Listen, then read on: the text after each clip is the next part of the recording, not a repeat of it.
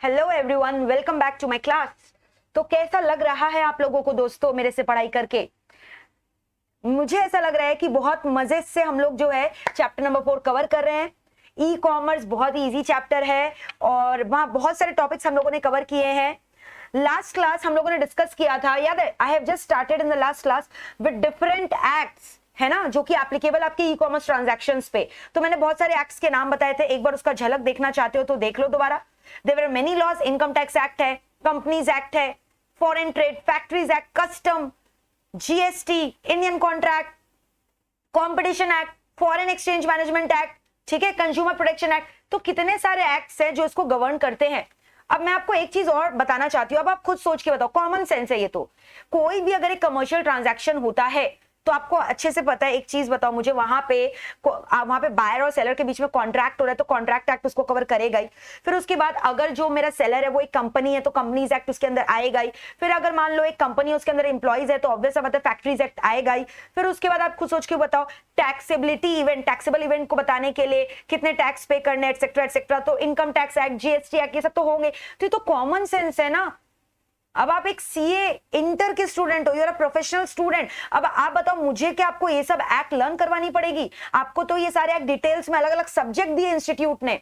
Law में आप companies act पढ़ रहे हो, अलग से टैक्सेशन में आप income tax, GST, custom act सब कुछ पढ़ रहे हो। और एक चीज बताओ ना, कस्टम एक्ट कब एप्लीकेबल होगा? जब इंपोर्ट एक्सपोर्ट होता है। तो ये तो बेसिक नॉलेज है यार, ये तो आना चाहिए। अब इसका क्या है ना, मार्केट में लोग अफवाह क्रिएट कर दिए शॉर्ट फॉर्म क्रिएट करके। अब बताओ, ये एक्ट को लर्न करने के लिए शॉर्ट फॉर्म बना दिया गया है, तो ऐसे कितने सारे शॉर्ट फॉर्म लर्न करोगे? चलो एक आध चैप्टर में मैंने 2 4 5 6 शॉर्टकट ज्यादा कर लिया, चलता है। लेकिन हर एक कंटेंट के लिए शॉर्टकट लर्न करना पॉसिबल है क्या? ये तो बेवकूफी हुई ना। आपको लर्न कैसे होगा? अपना कॉमन सेंस लगाओ ना लर्न करने के लिए। फिर खाली शॉर्टकट में रह जाओगे, फिर फुल फॉर्म तो पता ही नहीं क्या होता है। ठीक है, तो हम लोग उस फंडा से नहीं जाएंगे अपने क्लासेस में। हमें ये इंश्योर करना है कि हमें जो है ना कॉन्सेप्चुअल क्लैरिटी हो रहा है, ये टॉपिक है क्या।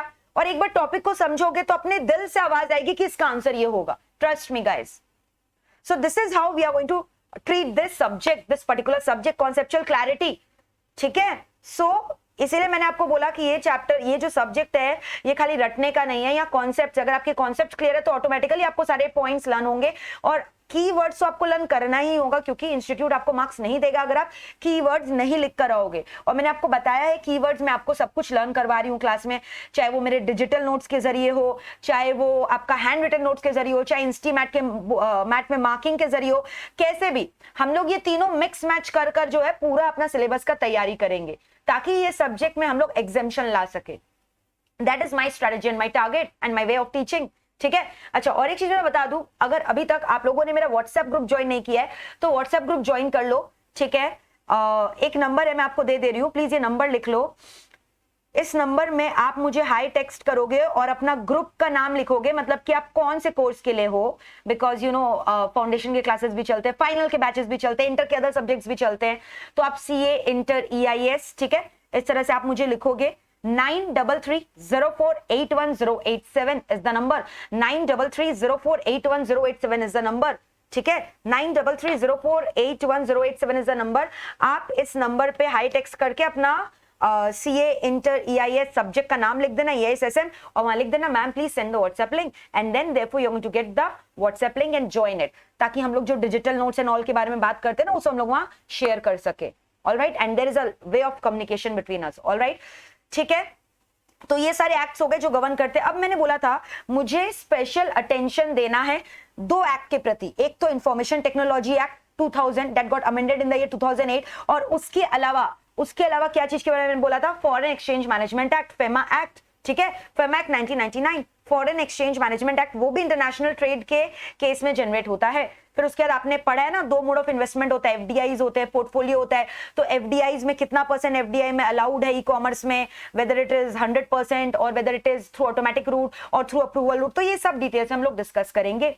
ठीक है, तो आ जाओ, हम लोग सबसे पहले डिस्कस करेंगे फॉरेन एक्सचेंज मैनेजमेंट एक्ट के बारे में। आपको पता है फॉरेन एक्सचेंज मैनेजमेंट एक्ट में ना रेगुलेशंस है कि अलग अलग इंडस्ट्रीज में ना अलग अलग FDI लिमिट अलाउड है। आपको पता है कोई इंडस्ट्रीज में 26% है, कहीं पे 49, कहीं पे 51, कहीं पे 74, कहीं पे 100।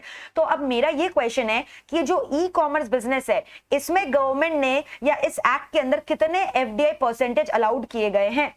तो ध्यान से सुनना, मैंने ये आपको लास्ट क्लास भी बताया था, अगर आपने मेरी लेक्चर को ध्यान से सुना होगा, मैंने बोला था अगर business to business e commerce model है, ई कॉमर्स के तो अलग अलग मॉडल होते हैं ना, बिजनेस टू बिजनेस में मतलब दो बिजनेसमैन ट्रांजैक्शन कर रहे हैं, तो अगर business to business e commerce transaction हो रहा है तो वहां पे 100% एफडीआई अलाउड है, that too through automatic route, that too through automatic route, which means no other approval of RBI और गवर्नमेंट इज रिक्वायर्ड। वहां गवर्नमेंट का अप्रूवल का दरकार नहीं है अगर मैं ऑटोमेटिक रूट फॉलो कर रही हूं।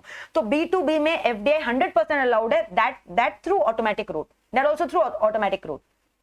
Then what about B2C transaction? B2C का मतलब आप समझ गए, यानी यहाँ पे क्या हो रहा है, एक बिजनेसमैन है जो डायरेक्टली कंज्यूमर्स को सामान बेच रहा है, B2C ट्रांजैक्शन, B2C ट्रांजैक्शन। इसका एग्जांपल तो हम लोगों ने किया था ना, जहां पे क्या हो रहा है, बिजनेसमैन जो है कस्टमर्स को सामान बेच रहे हैं। तो इसमें बोला 100% एफडीआई अलाउड है, बट इन कैलिब्रेटेड मैनर, कुछ कुछ कंडीशंस है, और ये कंडीशंस हमें लर्न करने पड़ेंगे क्योंकि इसमें अमेंडमेंट है, मतलब कि अभी कुछ ही दिन पहले ही आपके इंस्टीट्यूट ने इसको इंट्रोड्यूस किया है। क्या क्या बोला है, ध्यान से सुनना। अगर एक मैन्युफैक्चरर का मैं बात करूं तो बोला गया है कि B2C में 100% एफडीआई कैलिब्रेटेड मैनर में अलाउड है अगर वो जो मैन्युफैक्चरर है जो सामान को बेच रहा है, ठीक है, थ्रू योर ई कॉमर्स, किसके थ्रू बेच रहा है, ई कॉमर्स के थ्रू, वो जो मैन्युफैक्चरर सामान बेच रहा है ई कॉमर्स रिटेल के थ्रू, उसको ये इंश्योर करना चाहिए कि वो जो जितने भी उसके मैन्युफैक्चरिंग ऑपरेशंस है that is being done in India, यानी वो पूरा का पूरा गुड्स इंडिया में बना रहा है, ठीक है। तो यानी एफडीआई अलाउड है B2C में भी, प्रोवाइडेड कि जो मैन्युफैक्चरर है गुड्स का वो रिटेल शॉप्स के through, e commerce retail shops के थ्रू अपना सामान बेच रहा है, प्रोवाइडेड कि वो जो मैन्युफैक्चरिंग हो रहा है ना वो मैन्युफैक्चरिंग आउटलेट इन इंडिया में हो रहा है, यानी उसका जो मैन्युफैक्चरिंग आउटलेट है वो इंडिया का है, यानी मैन्युफैक्चरिंग प्रोसेस कहां पे हो रहा है, इंडिया में हो रहा है। मे बी वो एक ग्लोबल कंपनी है, वो बाहर भी मैन्युफैक्चरिंग ऑपरेशंस कंडक्ट करता है, डज नॉट मैटर, बट अगर उसको B2C इंडिया में करना है so in that case it should ensure कि वो जो मैन्युफैक्चर करके रिटेलिंग कर रहा है गुड्स एंड सर्विसेज का, वो जो गुड्स एंड सर्विसेज का मैन्युफैक्चरिंग है वो इंडिया में होना चाहिए। तो पहला पॉइंट ये है कि मैन्युफैक्चरर का अगर मैं बात करूं तो मैन्युफैक्चरिंग कंसर्न जो मैन्युफैक्चरिंग ऑफ गुड्स कर रहा है that should be in India, then only retailing of goods through e commerce can be allowed under B2C model. Point number 1। Point number 2, अगर कोई मैन्युफैक्चरिंग कंसर्न नहीं है, मान लो वो एक ट्रेडिंग कंसर्न है, यू अंडरस्टैंड, ट्रेडिंग मतलब क्या, वो गुड्स खुद नहीं बना रहा है, वो परचेज करके सेल कर रहा है।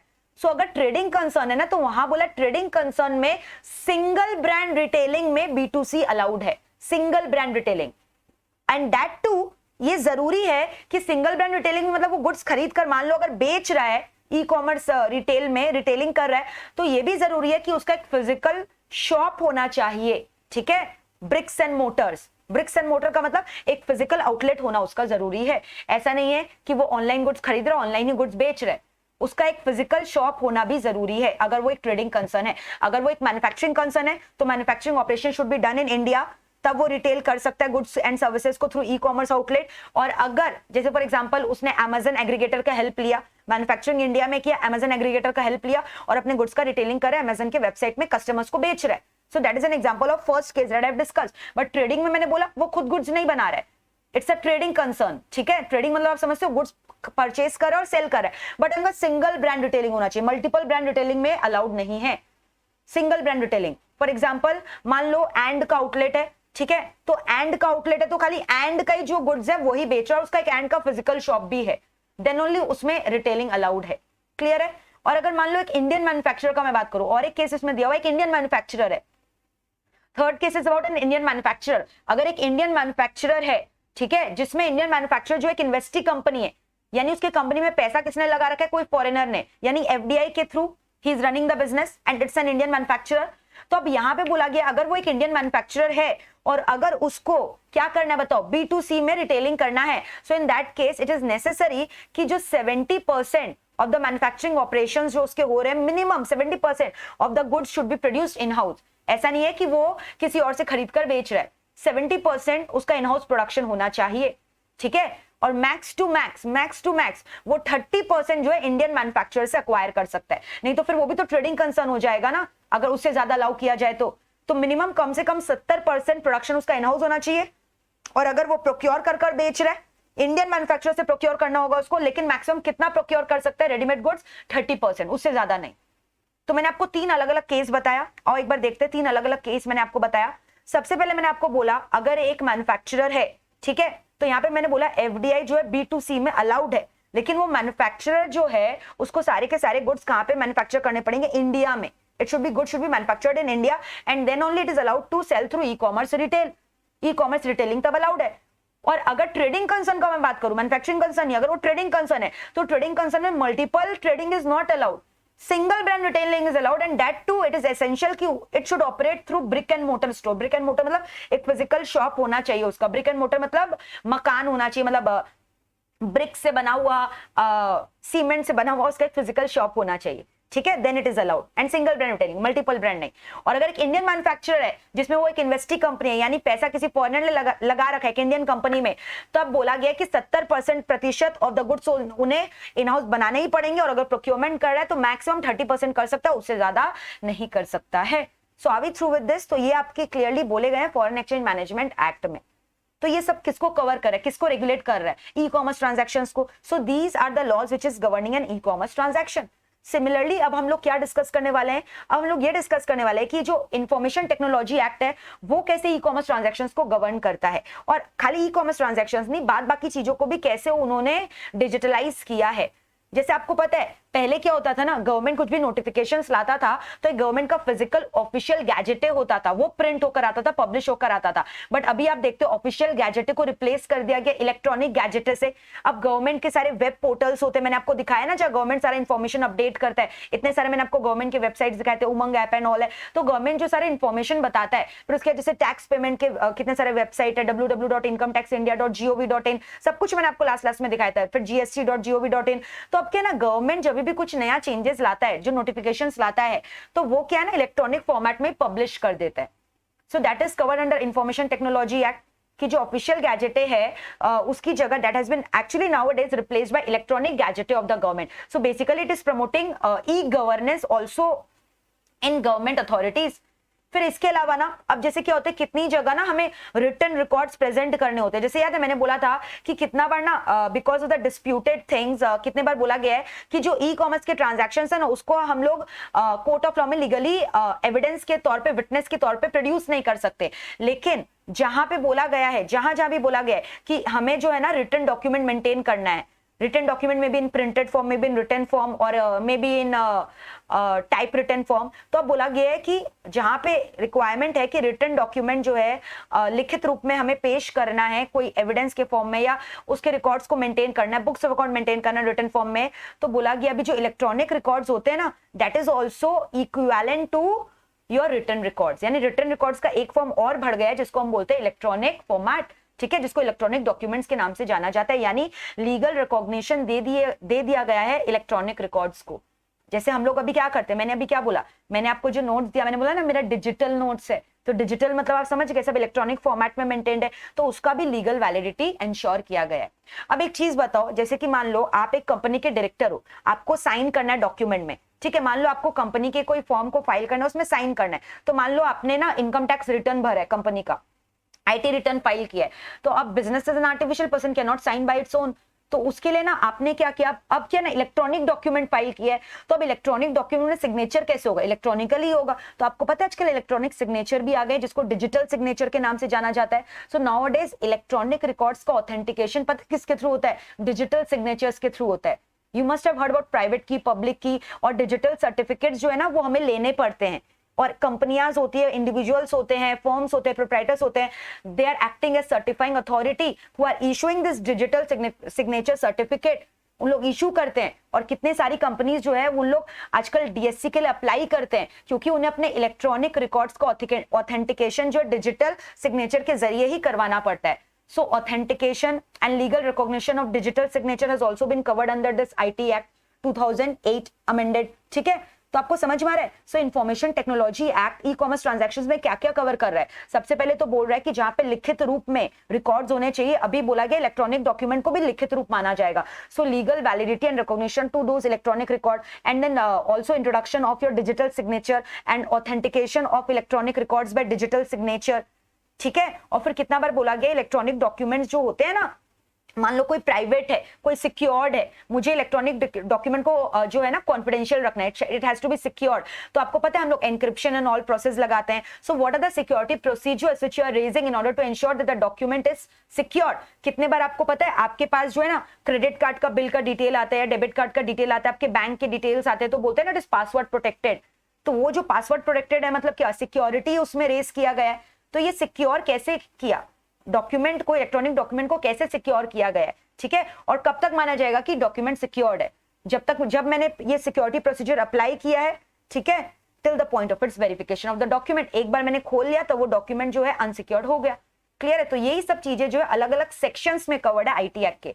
They are being covered in different sections of the information technology act. Section 4 है, सेक्शन 6 है, सेक्शन 3 है, सेक्शन 14 है, सेक्शन 15 है। तो ये सारे सेक्शंस के नाम याद रखने, और मैंने बहुत ही सिंपल फॉर्म में आपको डिजिटल नोट्स मेरा दे दिया है कि सेक्शन 2 क्या चीज से डील करता है, 4 क्या चीज से डील करता है, 5 क्या चीज से डील करता है, 6 क्या चीज से डील करता है। वैसे तो बहुत सारे सेक्शन आईटी एक्ट में, और अलग से आप लोग लॉ में आईटी एक्ट भी पढ़ोगे, लेकिन यहाँ पे आईटी एक्ट का जितना ई कॉमर्स के लिए रेलेवेंस है वो हम लोग डिस्कस करेंगे। तो आईटी एक्ट क्यों लाया गया, आप समझ रहे हो कि जो इलेक्ट्रॉनिक डेटा होते हैं, डॉक्यूमेंट्स होते हैं, उनको भी लीगल रिकॉग्निशन देना है, इससे पेपर वर्क भी रिड्यूस होता है।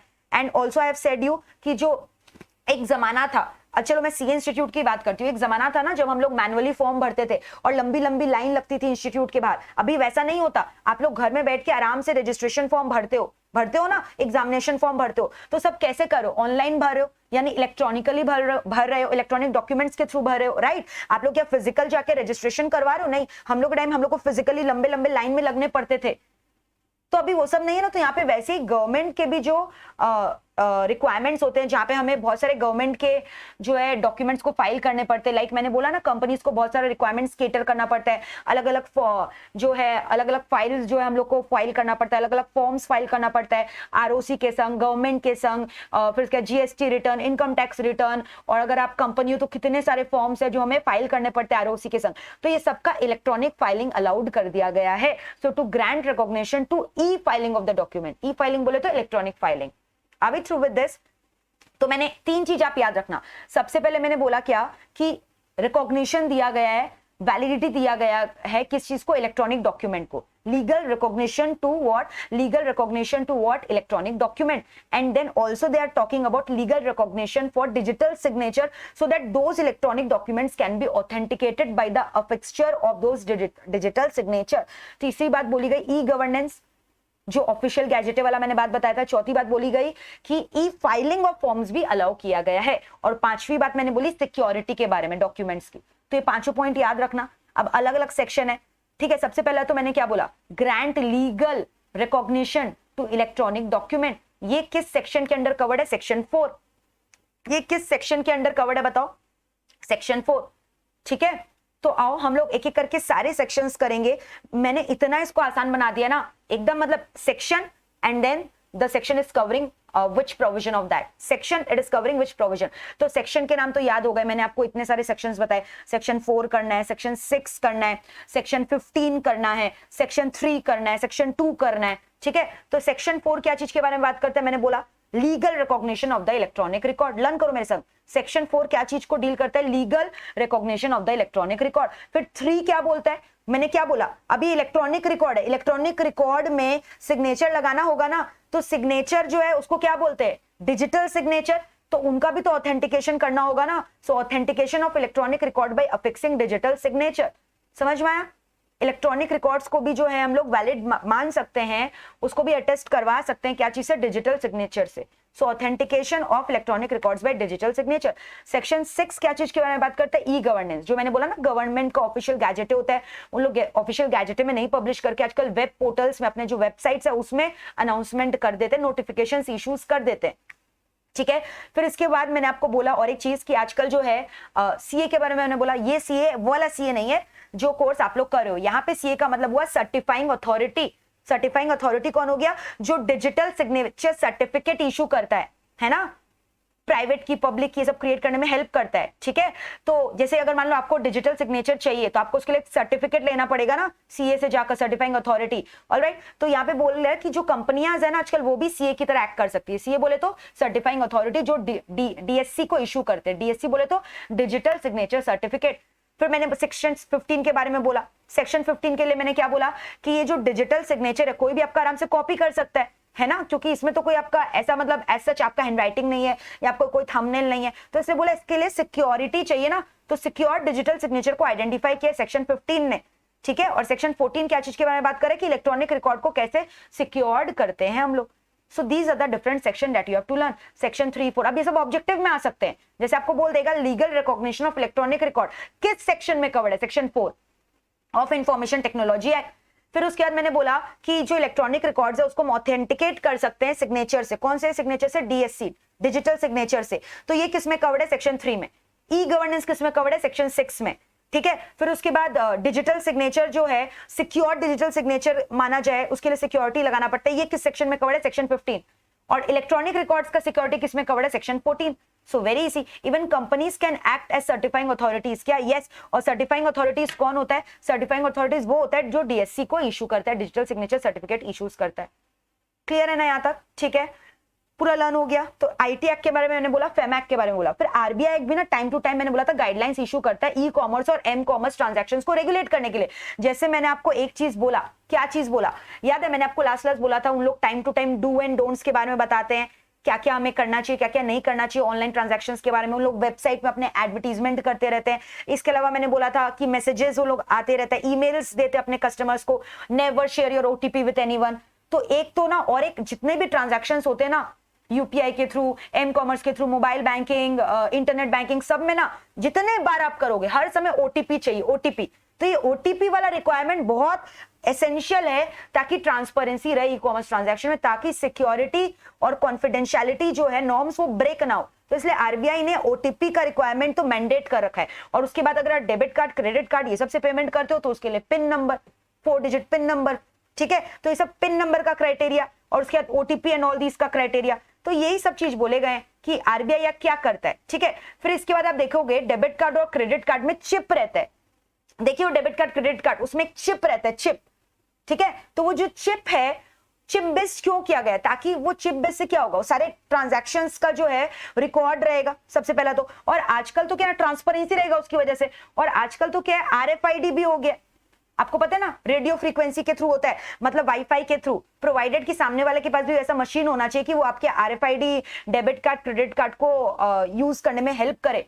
समझ में आ रहा है, पहले स्वाइप सिस्टम होता था, फिर चिप बेस्ड हम लोग ऐसे घुसाते हैं, जहां एक छोटा सा चिप बना हुआ रहता है ना, so chip based. So all the plastic cards, यानी प्लास्टिक कार्ड बोले तो debit card and credit card have been made chip based. अब फिर उसके बाद आपको पता है कितने सारे पेमेंट वॉलेट्स आ गए ना, पेमेंट वॉलेट कंपनियां आ गई, लाइक पेटीएम है, फोन पे है, जीपे है, एसबीआई बड़ी है।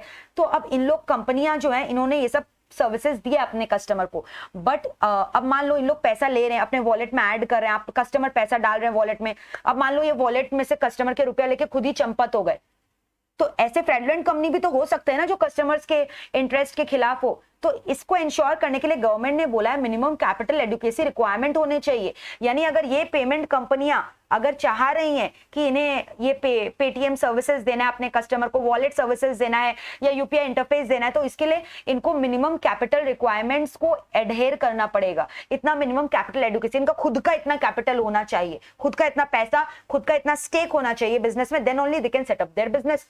तो ये मिनिमम कैपिटल एडुकेसी रिक्वायरमेंट क्या क्या है, अलग अलग है हर एक चीज के लिए, ठीक है। तो वो हमें नहीं करना है कि मिनिमम कैपिटल एडुकेसी रिक्वायरमेंट कितना है, उसका लिमिट कितना, वो हमारे सिलेबस में नहीं है। तो अब बस याद रखना चिप बेस्ड वाला बात, डेबिट कार्ड क्रेडिट कार्ड को चिप बेस्ड कर दिया गया, ओटीपी और pin card, pin number etcetera, और मिनिमम कैपिटल एडुकेसी रिक्वायरमेंट, ठीक है, for all these kind of payment companies, payment banks और apps providing UPI services, internet banking, mobile banking etcetera, ठीक है।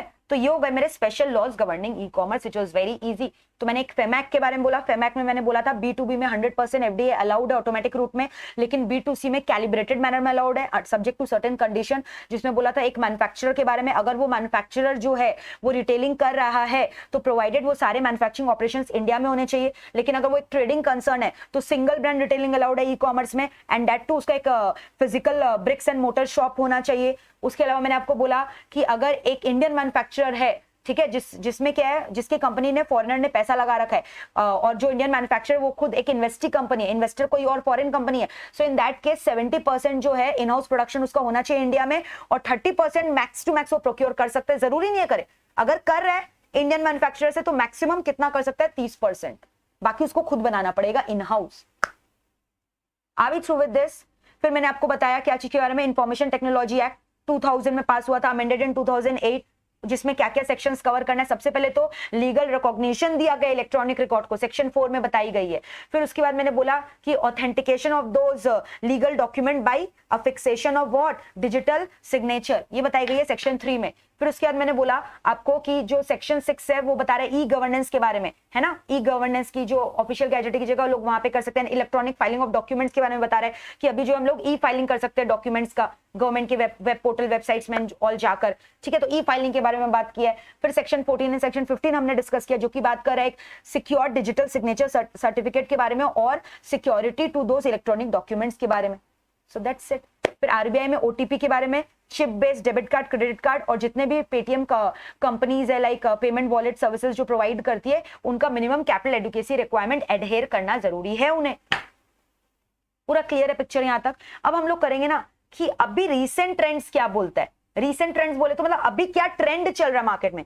ई कॉमर्स तो अभी नया नहीं है, बहुत सालों से चल रहा है, तो अभी रीसेंट ट्रेंड्स क्या है, नया चेंजेस क्या है। अभी आप देख रहे हो, एक टाइम था ना जब मोबाइल ऐप में हम लोग ई कॉमर्स ट्रांजैक्शन नहीं करते थे। सबसे पहले हम लोगों ने चालू किए थे अपने डेस्कटॉप में, लैपटॉप में, ये सबसे हम लोग क्या करते थे, वेबसाइट के थ्रू हम लोग ई कॉमर्स ट्रांजैक्शन हिट करते थे। बट अभी जो इमर्जिंग ट्रेंड हो रहा है, लोग ज्यादातर किसके ऊपर डिपेंडेंट है, मोबाइल फोन, और उन्हें चाहिए कि उनका एक कन्वीनियंट मन पसंद जो है मोबाइल ऐप बन जाए, जो कि एकदम क्विक है, जिसका इजी इंटरफेस है, ठीक है, और एकदम मतलब फास्ट प्रोसेस करता है, कस्टमर के ट्रांजैक्शन इंस्टेंट होते हैं, पेमेंट गेटवे अच्छा है। तो अभी क्या बोल रहे हैं ना रीसेंट ट्रेंड्स में कि सबसे ज्यादातर ऑफ जो ई कॉमर्स ट्रांजैक्शन हो रहे हैं वो मोबाइल ऐप के थ्रू हो रहे हैं।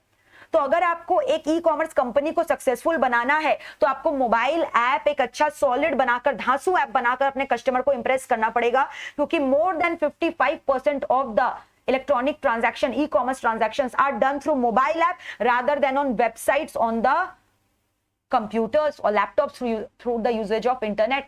तो लोग आजकल मोबाइल ऐप ज्यादा प्रेफर करते हैं। दूसरा चीज बोला है वेब कंटेंट पे फोकस करो। एक जमाना था जब आपने वेबसाइट को अट्रैक्टिव कैसे बनाते थे, अच्छी अच्छी मॉडल्स का, सुंदर सुंदर मॉडल्स का फोटो लगाकर, उन्हें अच्छे अच्छे कपड़े को पहनाकर, फिर जो विजुअली अपीलिंग हो ऐसा पिक्चर्स लगाकर, है ना। लेकिन अभी कस्टमर को ना इससे ज्यादा चाहिए। चलो आप ही एक ई कॉमर्स कस्टमर हो तो आपको इससे ज्यादा क्या चाहिए, आप चाहते हो ना कि आप पूरा एंगेज हो जाओ उसके साथ, मतलब खाली मॉडल का फोटो नहीं रहे, पूरा मतलब ट्रांजैक्शंस को दिखाया जाए, यूज दिखाया जाए कि प्रोडक्ट को कैसे यूज करना। अगर कोई कपड़ा है तो मॉडल पूरा दिखाए कि ये जो कपड़ा है कैसा लग रहा है, उसके ऊपर 3-4 उसके ऊपर स्लाइड शो हो, फोटोज हो। अगर कोई मान लो कंप्यूटर है तो पूरा कंप्यूटर का ऑपरेशन दिखाया जाए, वो कंप्यूटर कैसे खुल रहा है, कैसे ऑन हो रहा है, उसमें क्या क्या सपोर्ट सिस्टम है, एक्सेट्रा एक्सेट्रा, पूरा मतलब उसका प्रोसेसिंग एंड वर्किंग जो है, उसका ऑपरेशनल एफिशिएंसी, इफेक्टिवनेस, सब कुछ वीडियो के जरिए दिखाया जाए। तभी तो मैंने बोला आजकल इतने सारे ई कॉमर्स में सब झमेले आ गए ना कि लोग डिजिटल लाइब्रेरी में सब स्टोर करके रखते हैं, क्योंकि सारी चीजों को हम अपने सर्वर में स्टोर करके नहीं रख सकते। तभी तो क्लाउड कंप्यूटिंग का सहारा लेना पड़ता है। समझ में आ रहा है ये सब बात। अब क्लाउड कंप्यूटिंग क्या होता है वो हम लोग डिटेल में आने वाले 1-2 क्लास में पढ़ने वाले, तो आप टेंशन मत लो। तो अभी रीसेंट ट्रेंड क्या मांगता है, एक तो मांगता है कि अपना वेब कंटेंट को एकदम अट्रैक्टिव बनाओ, विजुअली अपीलिंग बनाओ, filled with animations, video effect, audio clips etcetera, तभी आपका सेल ज्यादा होगा। बोरिंग वेबसाइट से कुछ नहीं होगा, और उसको अपडेट करते रहो, डेली कुछ नया लाओ, अट्रैक्टिव डिस्काउंट ऑफर, ये सब तो लाओ, वीडियो, मतलब you have to engage your customer in it, then only your e-transaction e-commerce company will be a successful, grand success। और दूसरा मैंने आपको क्या बोला, सबसे इंपॉर्टेंट चीज, मोबाइल ऐप लेकर आओ, सॉलिड वाला, धासु वाला, जिसका अच्छा इंटरफेस हो, यूजर फ्रेंडली इंटरफेस हो, आसानी से क्विक पेमेंट हो, पेमेंट गेटवे अच्छा हो, एटसेट्रा एटसेट्रा। तीसरा ना, आजकल लोग ज्यादातर कहां पाए जाते हैं बताओ, आप खुद ही अपने आप को देखो। आप मेरी क्लासेस करो, अदर फैकल्टी से क्लासेस करो, बाद बाकी जब भी समय मिलता है, जैसे मेरा क्लास होगा, आप क्या करोगे, मोबाइल फोन तुरंत खोलोगे, सोशल मीडिया खोलोगे, इंस्टा खोलोगे, फेसबुक खोलोगे, ट्विटर खोलोगे, लिंक्डइन खोलोगे। तो अब लोगों का पूरा डिपेंडेंस हो गया। तो आप भी अपने ई कॉमर्स को वो सोशल वेबसाइट्स में लाओ, that is called social commerce. Social commerce is bringing these e commerce website on the social website. Social website में प्रमोशन करो, सोशल प्लेटफॉर्म में प्रमोशन करो, इनको शेयर करो, इनके बारे में, तब अवेयरनेस क्रिएट होगा आपके वेबसाइट के बारे में, आपके मोबाइल ऐप के बारे में, आपके ई कॉमर्स ऐप के बारे में, और आपका ई कॉमर्स का बिजनेस धांसू चलने वाला है। तो ये सब बोल रहे हैं कि रीसेंट ट्रेंड्स होने चाहिए। आपको अपने बिजनेस को अगर ई कॉमर्स या एम कॉमर्स बिजनेस को बढ़ाना है तो आपको ये सब चीजों के ऊपर फोकस करना बहुत ही ज्यादा जरूरी है। ठीक है, चलो मैं आपको दिखाती हूं, इसका मैंने ऑलरेडी आपके लिए नोट्स प्रिपेयर करके रखा है। ठीक है, चलो दिखाती हूं। अच्छा, और एक चीज आपने कभी देखा है, आजकल क्या होता है ना, ऑटो जनरेटेड रिप्लाईज जाती हैं। मतलब वहां पे क्या हो रहा है ना, कोई फिजिकल सेल्समैन आपसे बात नहीं कर रहा है, रिटेलर या ई वेंडर आपसे बात नहीं कर रहा है, रादर एक रोबोट या फिर मतलब कोई जो प्रोग्रामिंग लैंग्वेज है वो आपके रिप्लाईज का आंसर कर रहा है, क्वेरीज को रिजॉल्व कर रहा है, जिसको हम लोग बूट बॉक्स बोलते हैं, मैसेंजर चैट बॉक्स बोलते हैं, है ना, जहां पे आपको क्या होता है, ऑटो जनरेटेड रिप्लाई आता है। जैसे स्विगी में आपने कभी ऑर्डर किया, जोमेटो में किया, तो आप देखते हो चैट बॉक्स खुल गया, you can chat with our sales person and all. तो वहां जो रिप्लाईज है they are auto generated reply, वहां पे आपसे कोई फिजिकल पर्सन चैटिंग नहीं कर रहा है, ये ऑटो जनरेटेड कंप्यूटर जनरेटेड कोई सॉफ्टवेयर के थ्रू आपके रिप्लाईज आ रहे हैं। तो आर्टिफिशियल इंटेलिजेंस को भी लाओ ताकि कस्टमर्स को आप मैक्सिमम सेटिस्फैक्शन दे सको, कस्टमर को ऐसा लगे ऑल्दो ये ई कॉमर्स है लेकिन यहाँ पर्सनल इंटरेक्शन हो रहा है हमारे साथ। और अगर वो ऑटोमेटेड जनरेटेड रिप्लाई से सॉर्ट आउट नहीं होता कस्टमर का क्वेरी, तब फिर हम लोग बोलते हैं कि आप मतलब नंबर शेयर किया जाता है, कस्टमर केयर का नंबर, जहां पे फिजिकली मतलब जो बातचीत कर जो फिजिकल वेंडर्स है वो आपके क्वेरीज को, फिजिकल जो कस्टमर टीम के एम्प्लॉइज एग्जीक्यूटिव्स है वो आपके क्वेरीज को रिजॉल्व करेंगे। होता है ना, ऑटोमेटिक मैसेंजर बॉक्स आते हैं, इवन डॉक्टर्स का भी होता है, ऑनलाइन डॉक्टर को आप लोग दिखाते हो, बोलते हो ना, तो sometimes they give you auto generated replies, है ना। तो ये जो ऑटो जनरेटेड रिप्लाईज होते हैं जो ऑलरेडी फीडेड है सिस्टम में, कुछ अलग रिप्लाई नहीं दे सकते, they are already feeded into the system, into your server, तो वही रिप्लाईज आपको दिखाई देंगे, they may be repetitive in nature. So actual में क्या हो रहा है इससे, customer conversion rate is also higher. मतलब अब अगर फिजिकली एक एक कस्टमर का आप रिप्लाई करोगे ना, तो एक तो एम्प्लॉइज के भी खर्चे बढ़ेंगे, और दूसरा प्रॉब्लम क्या होगा, आप ज्यादा कस्टमर्स को क्वेरी को रिजॉल्व नहीं कर पाओगे। बट ये ऑटोमेटिक जनरेटेड हो रहा है तो आराम से बहुत सारे कस्टमर्स का क्वेरी को ले सकते हैं और एफिशिएंटली हैंडल भी हो जाएगा कम टाइम में। So these are the latest e commerce trend and that is called as artificial intelligence. तो ये भी बहुत इंपॉर्टेंट है। तो मैंने एक तो बोला मोबाइल ऐप के बारे में, वो होना जरूरी है क्योंकि आजकल ज्यादातर ट्रांजैक्शन मोबाइल के थ्रू होता है। फिर आपको मैंने आर्टिफिशियल इंटेलिजेंस के बारे में बोला, फिर बोला वेब कंटेंट पे फोकस करो, वेबसाइट्स सोशल प्लेटफॉर्म पे ज्यादा एग्रेसिव हो, मोबाइल कॉमर्स। अच्छा, बायोमेट्रिक्स के बारे में क्या है, देखो ध्यान से। फॉर एग्जांपल आप आजकल आप सुनो, अभी मैं नेक्स्ट टॉपिक पढ़ाने वाली हूँ एपीएस के बारे में, आधार कार्ड पेमेंट एनेबल्ड सर्विसेज, जहां हम लोग ना अपने फिंगरप्रिंट के इंप्रेशन से पेमेंट कर सकते हैं। अभी क्या है ना, लोगों को अभी भी क्या है, डर लगता है e commerce M commerce transaction से, because of the lack of trust on the maybe on the server or maybe on the company's website and all, maybe उनको ऐसा डर लगता है कि कहीं उनका जो confidential debit card and credit card का डिटेल्स है, उनका जो ई बैंकिंग का डिटेल्स है, कहीं वो हैक ना हो जाए, कोई इंट्रूशन ना आ जाए, उनका कार्ड ब्लॉक ना हो जाए। तो अभी भी लोग इससे डरते हैं। तो उनके डर को हटाने के लिए, in order to make your customers more comfortable with e commerce transaction, come out with new things, offer them new modes of payment. Out of them, UPI services, APS is one of the most trending e-commerce payment transactions, e-commerce payment services.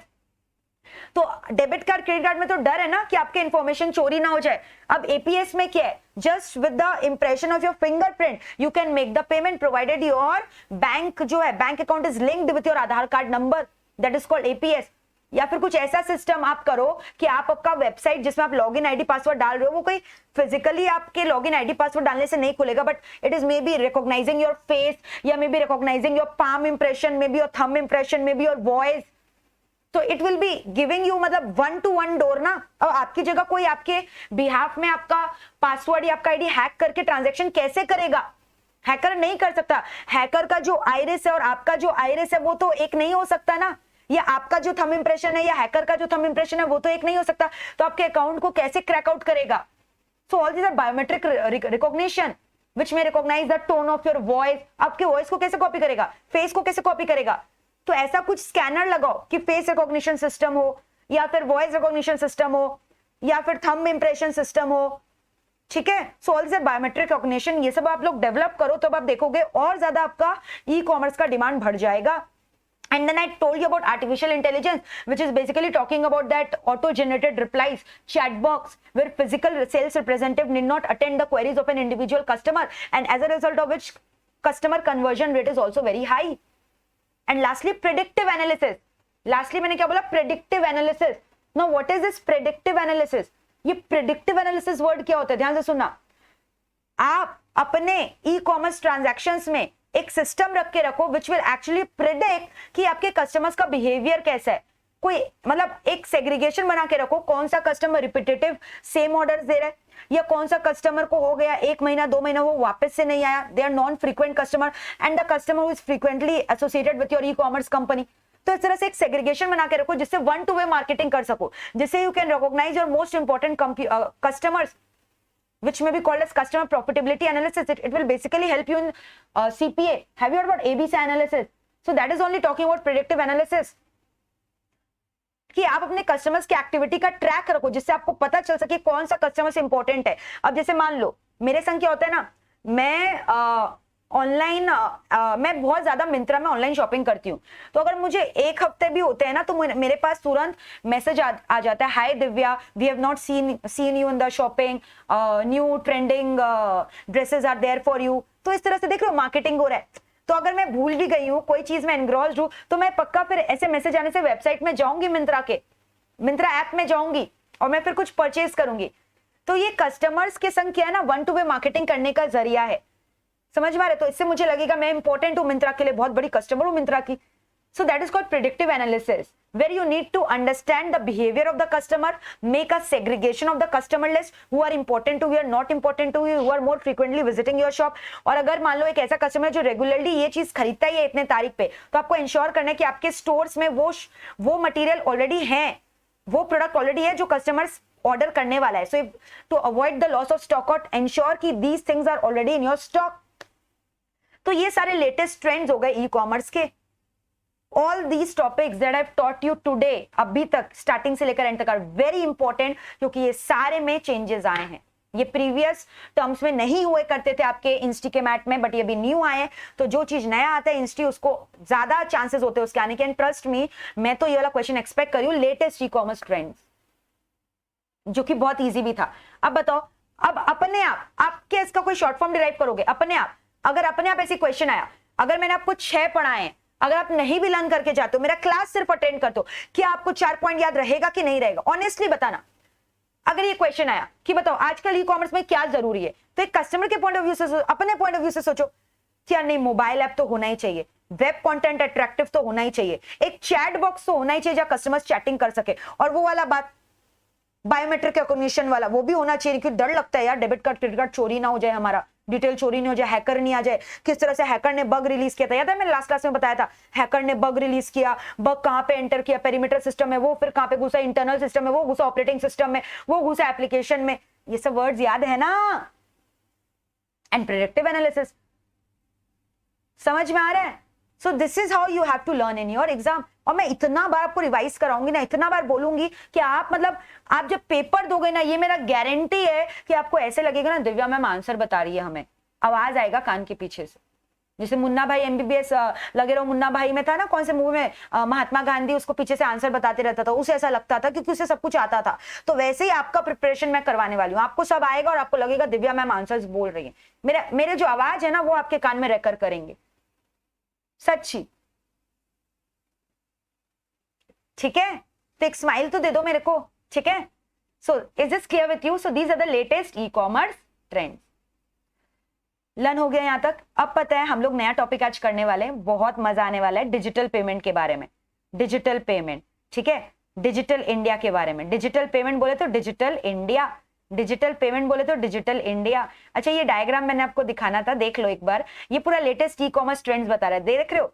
जैसे ये बता रहे हैं यहाँ पे कैसे हम लोग सोशल नेटवर्क खोल के रखते हैं, फिर ये सब हार्ट वार्ट का स्माइलीज एंड ऑल शेयरिंग होता है, फिर यहाँ डेबिट कार्ड क्रेडिट कार्ड ये सब, और ऊपर में देख रहे हो वाईफाई. ये क्या है? RFID सिस्टम, जो मैंने बोला था रेडियो फ्रीक्वेंसी, जिसमें चिप के बिना भी मतलब अब मतलब एक्चुअल में आपको कार्ड को इंसर्ट नहीं करना पड़ता है, आप उसको ऐसे लेके खड़े रहोगे मशीन के ऊपर तो automatically it is going to read your card. But इसमें एक पेमेंट लिमिट होता है, शायद अप टू 5000 तक आप इससे RFID से पेमेंट कर सकते हो. ठीक है, उससे ज्यादा आपको चिप बेस से ही करना होगा। क्लियर है यहां तक? फिर देख रहे हो ये पूरा एक सोशल मीडिया, कंप्यूटर्स चाहिए, मोबाइल फोन्स चाहिए, फिर या debit card, credit card. So these are the latest e commerce trends. ये सब हम लोगों ने लास्ट क्लास डिस्कस किया था, G2C, C2G, ये सब याद है ना। अब हम लोग आज की क्लास में डिस्कस करने वाले डिजिटल पेमेंट के बारे में। डिजिटल पेमेंट को भी ना अब क्या है, आपके बुक्स में 2 डिविजन्स में डिवाइड किए गए हैं। क्या क्या? New modes of digital payment, traditional modes of digital payment. Traditional mode बोले तो जो जमाने से चले आ रहे हैं और शायद हमारे मम्मी पापा ने भी उसको यूज किया है। डेबिट कार्ड, क्रेडिट कार्ड कोई नया थोड़ी है, तो पहले से ही चला आ रहा है। ठीक है, स्मार्ट कार्ड, तो ये सब हो गए old methods, traditional methods of digital payment. या आप बोल लो इंटरनेट बैंकिंग। इंटरनेट बैंकिंग करते हो ना, वेबसाइट जैसे आईसीआईसीआई का, मैं आईसीआईसीआई डायरेक्ट में लॉगिन कर लिया, ICICI.com में लॉगिन कर लिया, सो दैट इज इंटरनेट बैंकिंग। ठीक है, इंटरनेट बैंकिंग जो मैंने अभी आपको बोला, ये मतलब बहुत पुराना हो गया concept. Debit card, credit card के through payment, all these are digital payment but traditional. तो अभी नए में क्या है मैम, वो बताओ ना, हमें तो नए से मतलब है ज्यादा। तो न्यू में क्या क्या है, वेरी इंपॉर्टेंट, इसमें से सबसे इंपॉर्टेंट जिसके ऊपर एक शॉर्ट नोट भी अलग से आ सकता है, क्रिप्टो करेंसी। शायद आपने नहीं सुना होगा या आपने सुना होगा बिटकॉइन के बारे में, नेम कॉइन के बारे में, पियर कॉइन के बारे में। तो ये क्रिप्टो करेंसी अगेन एक अमेंडमेंट है जो बहुत इंपॉर्टेंट आपके एग्जाम्स के लिए।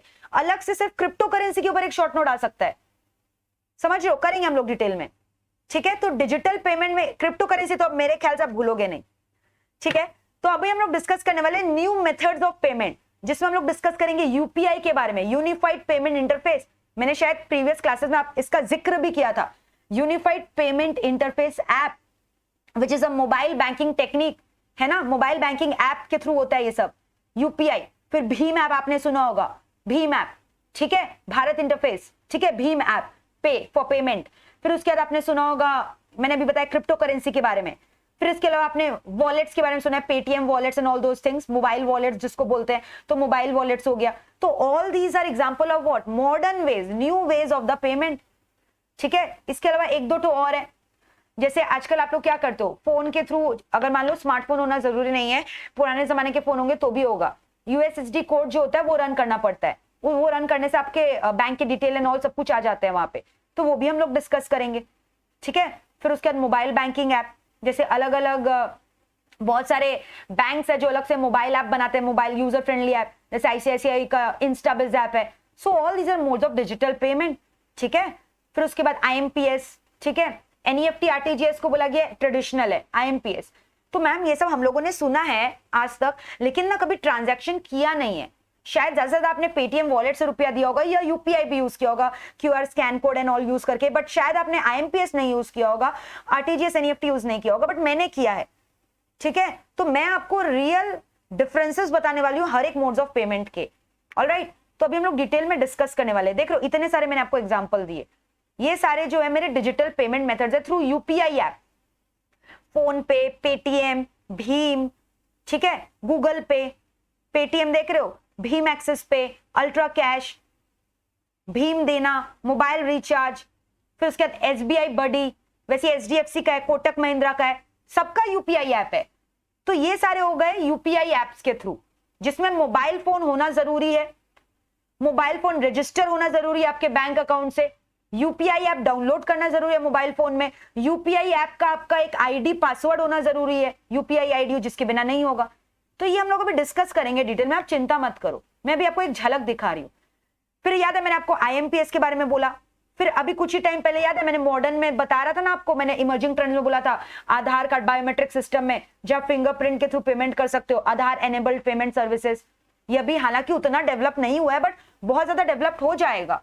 अभी मतलब हर कंपनीज जो है, जो मर्चेंट्स है, they are not accepting AEPS, very few have those machines that are accepting AEPS payment, but very soon वो दिन दूर नहीं है कि हम लोग सब खाली अपने थंब इंप्रेशन से पेमेंट करेंगे। We do not need to carry out physical wallet और डेबिट कार्ड और क्रेडिट कार्ड और एनी, और do we need to memorize और remember any sort of pin number, ATM pin number और OTP, ये सब का दरकार, मोबाइल फोन का भी दरकार नहीं है।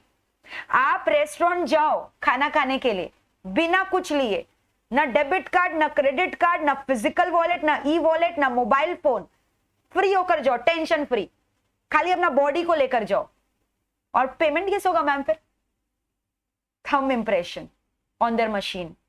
अभी उन लोग मशीन लेकर आते हैं, हम लोग अपना debit card credit card insert करते हैं ना, जहां चिप लगा हुआ रहता है। अभी वो दिन आएगा जब हम लोग ऐसे अंगूठा दिखाएंगे, finger impression, and payment will be done. तो एक एक करके सब मैं डिटेल में डिस्कस करूंगी, ठीक है? फिर उसके बाद जो ये मैंने बोला था ना यूएसएसडी कोड, देखो नोकिया के वाले फोन में हो जाएगा, *99# दबा के देखो, कमाल इसका बताऊंगी अभी, ठीक है? And this is crypto currency. Crypto currency bit अलग अलग टाइप्स है क्रिप्टो करेंसी के। मैंने तो आपको peer coin, name coin, lite coin, ripple, Monero, Ethereum, bitcoin, all these are different sort of bitcoin. Bitcoin इतना क्यों, क्रिप्टो करेंसी बिटकॉइन इतना क्यों पॉपुलर हुआ? क्योंकि सबसे पहले क्रिप्टो करेंसी जो इंट्रोड्यूस हुआ था बिटकॉइन ही था। 2009 में इंट्रोड्यूस हुआ था बिटकॉइन। तो चलो रेडी हो इसको करने के लिए डिस्कस? चलो मैं आपको ये पूरा डिटेल में अभी समझाने वाली हूँ, बहुत मजा आएगा। शायद जो नॉलेज अभी तक नहीं था वो आपका पूरा क्लियर हो जाएगा। हाँ मैम, हम लोगों ने सुना है, आईएमपीएस के बारे में सुना है, और शायद आप लोगों ने यूपीआई इंटरफेस यूज भी किया है, यूपीआई पेमेंट किया है, पेटीएम वॉलेट से भी पेमेंट किया है। तो एक्चुअली पेमेंट तो हम लोग कर कर भूल जाते हैं, इसमें होता क्या है। तो अब एग्जाम में तुम्हें लिखना पड़ेगा ना क्या होता है, वहां पे थोड़ी मोबाइल में मचका के देखेंगे, चलो देखते हैं क्या होता है, कैसे है, प्रोसेस क्या है। मान लो एक शॉर्ट नोट आ गया यूपीआई पेमेंट के ऊपर, तब क्या लिखोगे? लिखना पड़ेगा ना कुछ, ठीक है? और ये बहुत इंपॉर्टेंट है, ऐसे आप एक क्वेश्चन एक्सपेक्ट कर सकते हो। मैंने तो बोला अलग से एक शॉर्ट नोट भी आ सकता है क्रिप्टो करेंसी के ऊपर। तो कोई भी एक particular new methods of payment के ऊपर शॉर्ट नोट आ सकता है, या फिर बोल सकता है कि कोई नया 3 मेथड बताओ, पुराना 2 मेथड बताओ, या नया 5 मेथड बताओ। तो ये इंपॉर्टेंट है, ठीक है?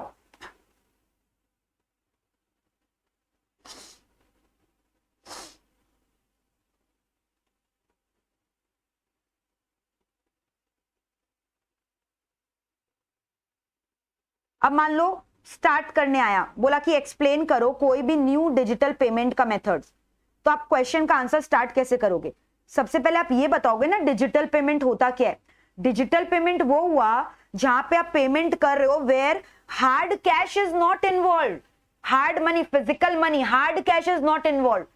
रादर या डिजिटल पेमेंट हो रहा है, ऑनलाइन पेमेंट हो रहा है through the use of electronic format, which may be computers, internet के थ्रू हो रहा है, इलेक्ट्रॉनिक मोड में, मोबाइल्स के थ्रू हो रहा है। Digital mode of payment through the use of mobile phone, laptop, computer, internet is required for it.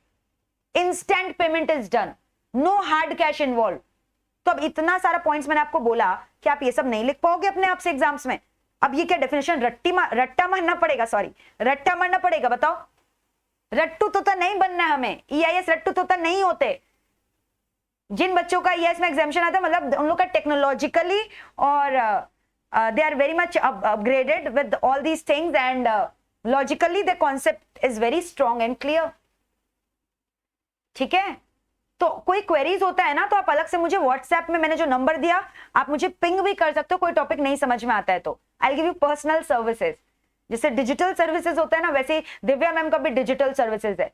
One touch button and I am just there for you, ठीक है? With all my instant real time services. Like ये सब जो payment है digital payment, they are being done on real time basis, gross real time basis. तुरंत होता है, ऐसे झटके में होता है। 2 सेकंड में पेमेंट हुआ, 1 सेकंड में पेमेंट हुआ, ठीक है? तो मैंने क्या बोला, डिजिटल पेमेंट का मतलब क्या हुआ? इलेक्ट्रॉनिक मोड के थ्रू होता है, through electronic mode, no hard cash involve, है ना? यहां पे कोई हार्ड कैश इन्वॉल्व थोड़ी है, ठीक है? Use of digital methods like mobile app के थ्रू, internet banking, many are there, apps, ठीक है? और फिर उसके बाद मैंने बोला instant payment, instant payment on real time basis, instant payment on real time basis. तो ये सब्जेक्ट से प्यार करना पड़ेगा, ऐसे नहीं होगा ये सब्जेक्ट आपका फेवरेट। इसको प्यार से हैंडल करो। आप ऐसा पिक्चर बना के रखोगे ना यार ये तो थ्योरी पेपर है, रटने वाला सब्जेक्ट है, लर्न करना है, क्लासेस क्यों सुनना है मैम का, गए बुरी तरह पिट गए। इंटरेस्ट जगाओ। हर एक क्लास मैंने बोला मैं इस सब्जेक्ट में अपना जी जान लगा दूंगी कि आपको पूरा लर्न हो जाए। एकदम इनोवेटिव वे से मैं पढ़ा रही हूँ। Digital notes, hand written notes, ICI का मैथ, सब कुछ कवर्ड हो रहा है। Mix and match of everything. So when I am giving so much effort I can expect a little bit from you. आपको सिर्फ करना क्या है, ये सारे टॉपिक्स में जो पढ़ाती हूँ घर में आपको रिवाइज करने सेम डे, ठीक है। जब भी नेक्स्ट क्लास हो आप इंश्योर करना कि मैंने जो पढ़ाया है उसको आप लर्न कर करो मेरे साथ। अभी जो मैंने पढ़ाया घर में बैठोगे आधी घंटे में लर्न होगा, आधी घंटा, और 2-3 दिन बाद सोचोगे ना बुक लेकर बैठेंगे सब भूल जाओगे, कुछ नहीं याद रहने वाला। फिर लगेगा अरे यार मैम ने पढ़ाया भी था क्या, चलो एक बार क्लास वापस देख लेते हैं। That is a blunder you are doing, ठीक है। अब हम लोग यहाँ पे डिस्कस करने वाले हैं। सबसे पहले मैंने बोला ये 2 चीज में क्लासिफाइड है, new ways of digital payment and traditional old. तो अभी हम लोग ना क्या इंपॉर्टेंट है, ज्यादा न्यू ज्यादा इंपॉर्टेंट है, जो नए नए टेक्निक्स आए हैं डिजिटल पेमेंट के। तो अभी हम लोग डिस्कस करने वाले हैं न्यू मेथड्स क्या है पेमेंट के, न्यू मेथड्स। सबसे पहले मैंने आपको बोला न्यू मेथड्स में हम लोग क्या डिस्कस करने वाले, बताओ। यूपीआई। यूपीआई का फुल फॉर्म आता है, बताओ इससे इजी क्या क्वेश्चन हो सकता है। मैंने याद आपको बोला था 15 मार्क्स का तो एमसीक्यू ही आता है, उसमें से एक क्वेश्चन आया हुआ है 1 मार्क्स का, यूपीआई का फुल फॉर्म बताओ। यूनिफाइड पेमेंट इंटरफेस, ठीक है। UPI unified payment interface, unified payment interface, unified payment interface, unified payment interface, ठीक है। अब इसके लिए आपको क्या क्या करना है, ध्यान से सुनो। यूनिफाइड पेमेंट इंटरफेस के लिए आपको क्या क्या करना है। सबसे पहला तो ये सुन लो, ये जो यूपीआई ऐप है ये सिर्फ और सिर्फ मोबाइल में डाउनलोड होता है, समझ में नहीं, कंप्यूटर से नहीं कर सकते कि यूपीआई के थ्रू पेमेंट नहीं। तो इसके लिए this is a mobile banking, ठीक है। ये मोबाइल बैंकिंग ऐप है, this is a mobile banking app, यानी मोबाइल फोन्स में ही खुलता है। यानी आपको मोबाइल फोन में जाना है, यूपीआई का ऐप को डाउनलोड करना है, ठीक है। तो डाउनलोड करने के लिए आपको इंटरनेट चाहिए, समझ में आ रहा है। फिर जैसे ही आपने ऐप डाउनलोड किया, यानी मोबाइल चाहिए, इसके बाद आपको ऐप को डाउनलोड करना है। फिर आपने ऐप को डाउनलोड कर दिया, फिर उसके बाद जैसे ही आपको डाउनलोड किया ना, वो आपसे आपका फोन नंबर मांगेगा, तो आपको अपना फोन नंबर डालना है उसमें, ठीक है। या फिर आपको बोलेगा मान लो डुअल सिम एंड ऑल है, तो आपको बोलेगा कि इसमें से कौन सा सिम सिलेक्ट करूं, सिम 1 की सिम 2, बिकॉज ये सिम को रीड करता है ये सिस्टम। ये जो यूपीआई इंटरफेस है ना, ये आपके सिम कार्ड के डिटेल को रीड कर लेता है, समझ में। तो ये सिम कार्ड को रीड कर लेता है। तो आपने यहां पे अपना मोबाइल फोन डाल दिया, ठीक है, मोबाइल नंबर डाला। और कौन सा मोबाइल नंबर डालोगे, कौन सा मोबाइल नंबर डालोगे, वो मोबाइल नंबर डालोगे जो रजिस्टर्ड है, registered mobile number with the bank, ठीक है।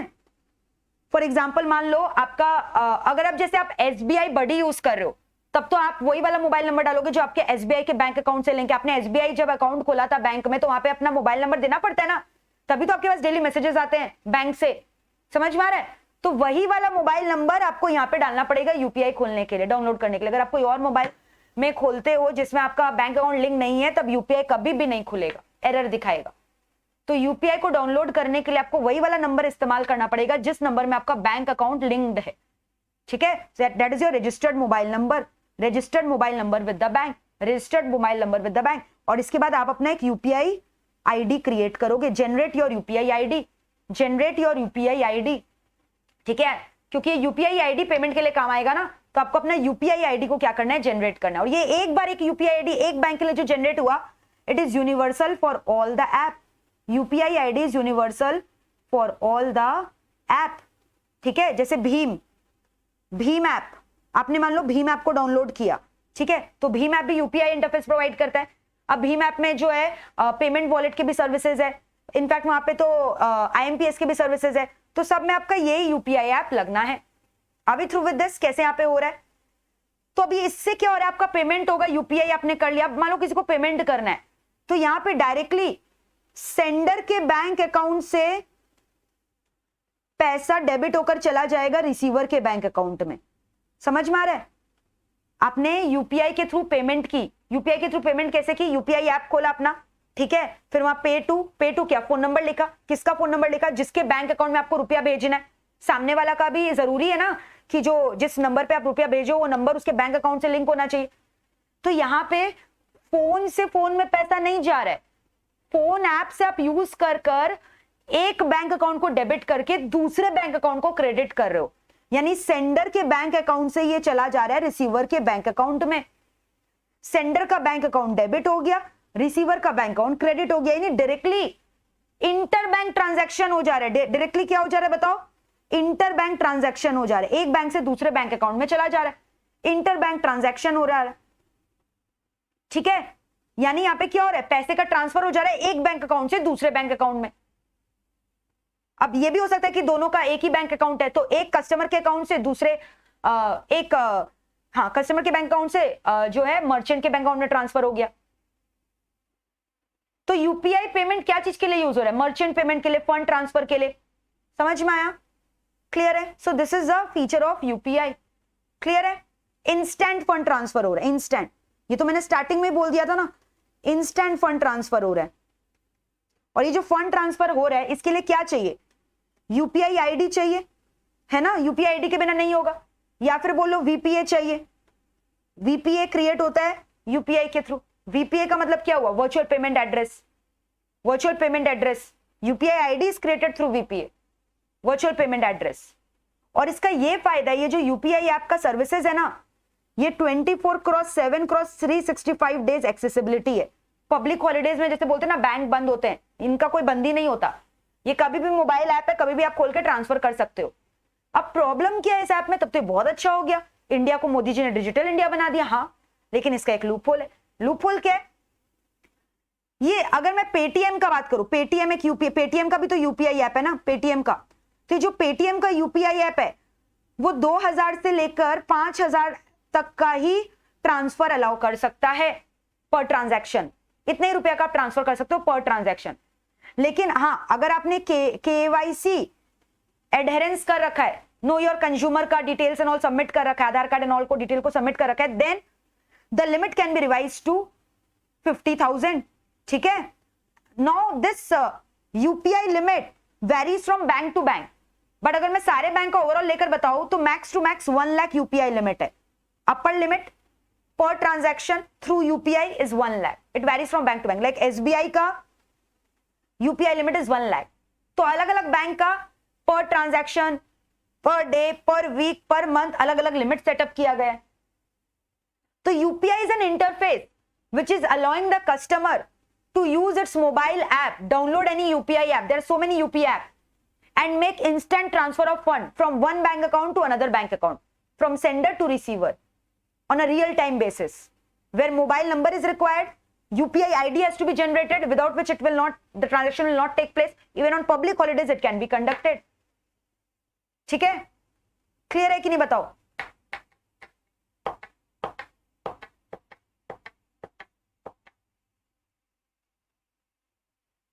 कोई डाउट? पूरा क्लियर है? चेक कर लो। तो अब मान लो इसके ऊपर बोला शॉर्ट नोट लिखना है, तो पहले full form unified payment interface. ठीक है, it is allowing the payment, ठीक है, from one bank account to another bank account on a real time gross basis with the help of a mobile banking app. It has to be downloaded, है ना, using a phone number and the phone number must be link with that bank account. समझ में आ रहा है ये सब चीज? क्लियर है? अब जैसे मैंने बोला एसबीआई, इसका एग्जाम्पल फिर क्या बोलोगे? फोन पे है, बट फोन पे का जो यूजर इंटरफेस है ना बहुत खराब है, उससे अच्छा जीपे है, फिर उसके बाद आपका पेटीएम है, फिर एसबीआई बडी है, फिर कोटक महिंद्रा का भी यूपीआई इंटरफेस है, और सबसे बेस्ट तो गवर्नमेंट का भीम ऐप जो एनपीएसआई ने डेवलप किया, national payment corporation of India, NPSI ने डेवलप किया भीम ऐप को। ये सारे प्राइवेट है, बात बाकी Paytm and all, but Bhim app जो है वो गवर्नमेंट ने लॉन्च किया है, भीम ऐप।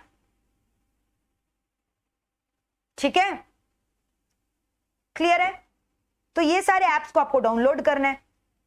तो अब जैसे एसबीआई बडी है ना, तो मान लो आपने एसबीआई बडी का यूपीआई ऐप डाउनलोड किया, एसबीआई बडी को डाउनलोड किया, ठीक है। तो अब यहां पे आप जब पेमेंट करोगे मोबाइल नंबर से, मान लो मैंने मोबाइल नंबर लिखा पेई का, जिसको मुझे पे करना है, मैंने मोबाइल नंबर लिख दिया पेई का, समझ में आया, और मेरा मोबाइल नंबर तो रजिस्टर्ड ही है, तो अब मेरे एसबीआई अकाउंट से डायरेक्टली पेई के अकाउंट नंबर में चला जाएगा। और किस अकाउंट में जाएगा? जो अकाउंट इस नंबर में उसका रजिस्टर्ड है। समझे मेरी बातों को? अब एक चीज बताओ, क्या एसबीआई बडी के जरिए मैं एचडीएफसी के अकाउंट को लिंक कर सकती हूँ? नहीं कर सकती ना, क्योंकि एसबीआई में तो मेरा यही वाला नंबर लिंक्ड है, मेरा जो दूसरा नंबर, जो मेरा जो भी नंबर, ये तो पेई का है, मेरा जो फोन नंबर है वो लिंक्ड है एक पर्टिकुलर। तो एसबीआई थोड़ी एचडीएफसी के बैंक अकाउंट से पेमेंट करने देगा। बट लेकिन अगर मैंने भीम ऐप लॉन्च किया है, तो भीम ऐप में क्या है ना, जब मैंने भीम ऐप डाउनलोड किया, ठीक है, मैंने यहाँ पे मोबाइल नंबर अपना लिख दिया, this is my mobile number, ठीक है, ये मेरा मोबाइल नंबर है, मैंने अपना मोबाइल नंबर लिख दिया। अब जैसे मैंने अपना मोबाइल नंबर लिख दिया ना, रजिस्टर कर दिया भीम ऐप में, तो अब भीम ऐप ये वाला नंबर मेरा हमेशा रजिस्टर कर रखा है, और इस नंबर में ना मेरे 4 अकाउंट जो है अटैच्ड है, मेरे 4 अकाउंट लिंक्ड है। मेरा अकाउंट एचडीएफसी में है, आईसीआईसीआई में, एसबीआई में, यूको में। तो अब मान लो मुझे पेई को पेमेंट करना है, मेरे पास मिस्टर बी आया, एक पेई, ध्यान से सुनना, बहुत कॉन्सेप्चुअल है, और पेई को मान लो मुझे 2000 रुपए ट्रांसफर करने हैं, तो मैंने बोला भीम ऐप से कर देते, चलो, तो मैंने भीम ऐप खोला, भीम आईडी डाला, भीम ऐप का मेरा जो यूपीआई आईडी है मैंने डाल दिया। तो अब मैंने क्या किया ना, पेई का फोन नंबर डाला, पेई का फोन नंबर है ... पेई का फोन नंबर डाल दिया मैंने। तो जैसे ही मैंने पेई का फोन नंबर डाला, तो अब वो भीम ऐप मुझसे पूछेगा कि मुझे पेमेंट किस अकाउंट से करना है, क्योंकि अब मेरा फोन नंबर तो ये 4 अकाउंट में लिंक्ड है। तो अब मेरे पास ये बेनिफिट है कि मैं इससे भी पेमेंट कर सकती हूँ, इससे भी कर सकती हूँ, इससे भी कर सकती हूँ, इससे भी कर सकती हूँ, मेरा चारों अकाउंट नंबर उस फोन नंबर से लिंक्ड है। समझ गए इसका implication? And then I will make the payment to mister B using my at my description any of the account number, any of the sorry bank account number की तो दरकार ही नहीं है अभी थ्रू। लेकिन एसबीआई बडी में जब हम पेमेंट करेंगे, तब जब मैंने पेई का नंबर डाला, तो अब ये मुझे सिर्फ एसबीआई ही शो करेगा, ये मुझे ये सब नहीं शो करेगा ना, क्योंकि एसबीआई बडी यूपीआई इंटरफेस कौन सप्लाई कर रहा है? एसबीआई बैंक सप्लाई कर रहा है सर, वो एसबीआई का इंटरफेस है, it's not universal where multiple bank account can not be processed on a single app, क्योंकि वो खाली एसबीआई का इंटरफेस देगा ना मुझे, बाद बाकी बैंक्स का क्यों देगा? But Bhim app is giving me multiple banking payment options because my number is linked with all these bank account, these are my bank account। But अगर कोई ऐसा भी मेरा बैंक अकाउंट है, मान लो मेरा और एक बैंक अकाउंट एक्सिस में, लेकिन एक्सिस बैंक का जो फोन नंबर है ना, वो मैंने लिंक नहीं कर रखा है, समझ में? मैंने अपना फोन नंबर, ये जो फोन नंबर है ना, मैंने इससे लिंक नहीं कर रखा है एक्सिस बैंक अकाउंट से, इसमें कोई दूसरा फोन नंबर डला हुआ है, तब ये यहाँ शो नहीं करेगा। तो यूपीआई का मेन फंडामेंटल क्या है कि आप जिस नंबर पे यूपीआई को रजिस्टर करो, यूपीआई ऐप को डाउनलोड करो, उस फोन नंबर को आपको बैंक अकाउंट से लिंक करना जरूरी है, नहीं तो आप ट्रांजैक्शन नहीं कर सकते। और यूपीआई पेमेंट के जरिए आप कहाँ पेमेंट कर सकते हो? आप एक इंडिविजुअल को भी ट्रांसफर कर सकते हो, आप एक मर्चेंट को भी ट्रांसफर कर सकते हो, पेमेंट भी कर सकते हो। आजकल लोग इलेक्ट्रिसिटी का बिल एंड ऑल भी यूपीआई के थ्रू पेमेंट करते हैं।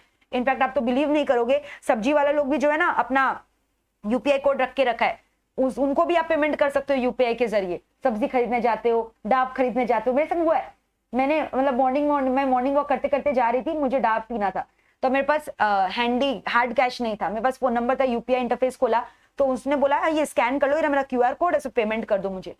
तो जैसे मैंने पेमेंट किया, उसके वॉलेट पे नहीं गया वो पेमेंट उसके बैंक अकाउंट में चला गया, बैंक का डिटेल्स आ गया, पेमेंट मेड टू द डाब वाला।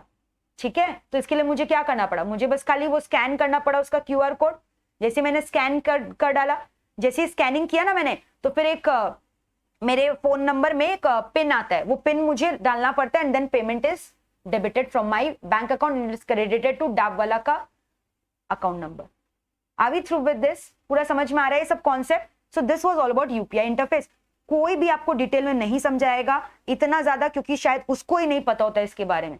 और फिर मैंने और एक चीज बोला, यूपीआई का लिमिट, एनपीएसआई ने यूपीआई लिमिट के लिए ऐसा कुछ गाइडलाइंस नहीं दिया है, तो अलग अलग बैंक का अलग अलग यूपीआई लिमिट है। जैसे मैंने पेटीएम का बोला 2000 to 5000 होता है, बट केवीआईसी कंप्लायंस करोगे तो 50,000 और 1 लाख भी हो सकता है, बट अभी तक अपर लिमिट 1 लाख ही माना गया है, और पब्लिक हॉलीडेज में भी अलाउड है। उससे ज्यादा पेमेंट करना है तो डिफिकल्टी आएगी, तो उसके लिए आईएमपीएस में लोग जाते हैं। तो अब मैं नेक्स्ट टॉपिक जो आपको पढ़ाने वाली हूँ वो है आईएमपीएस।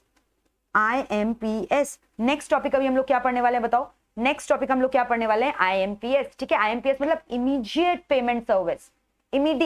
इमीडिएट बेसिस पे आप पेमेंट कर रहे हो, और यहाँ पे ये फैसिलिटी है कि यहाँ पे भी आप कभी भी कर सकते हो 24/7। एक ये फैसिलिटी यहाँ पे भी है, बट यहाँ पे पता है अपर लिमिट है 2 लाख। जैसे वहां 1 लाख था ना अपर लिमिट, यहाँ पे 2 लाख का पेमेंट आप कर सकते हो। और यहाँ और एक चीज है कि आप जब भी आईएमपीएस से पेमेंट करोगे ना, तो आपको आईएफएससी कोड होना जरूरी है। पेई का आईएफएससी कोड और उसका अकाउंट नंबर होना जरूरी है। आपको पेई को ऐड करना पड़ेगा, तभी आप आईएमपीएस कर सकते हो। तो ये डिफरेंस है, समझ रहे हो?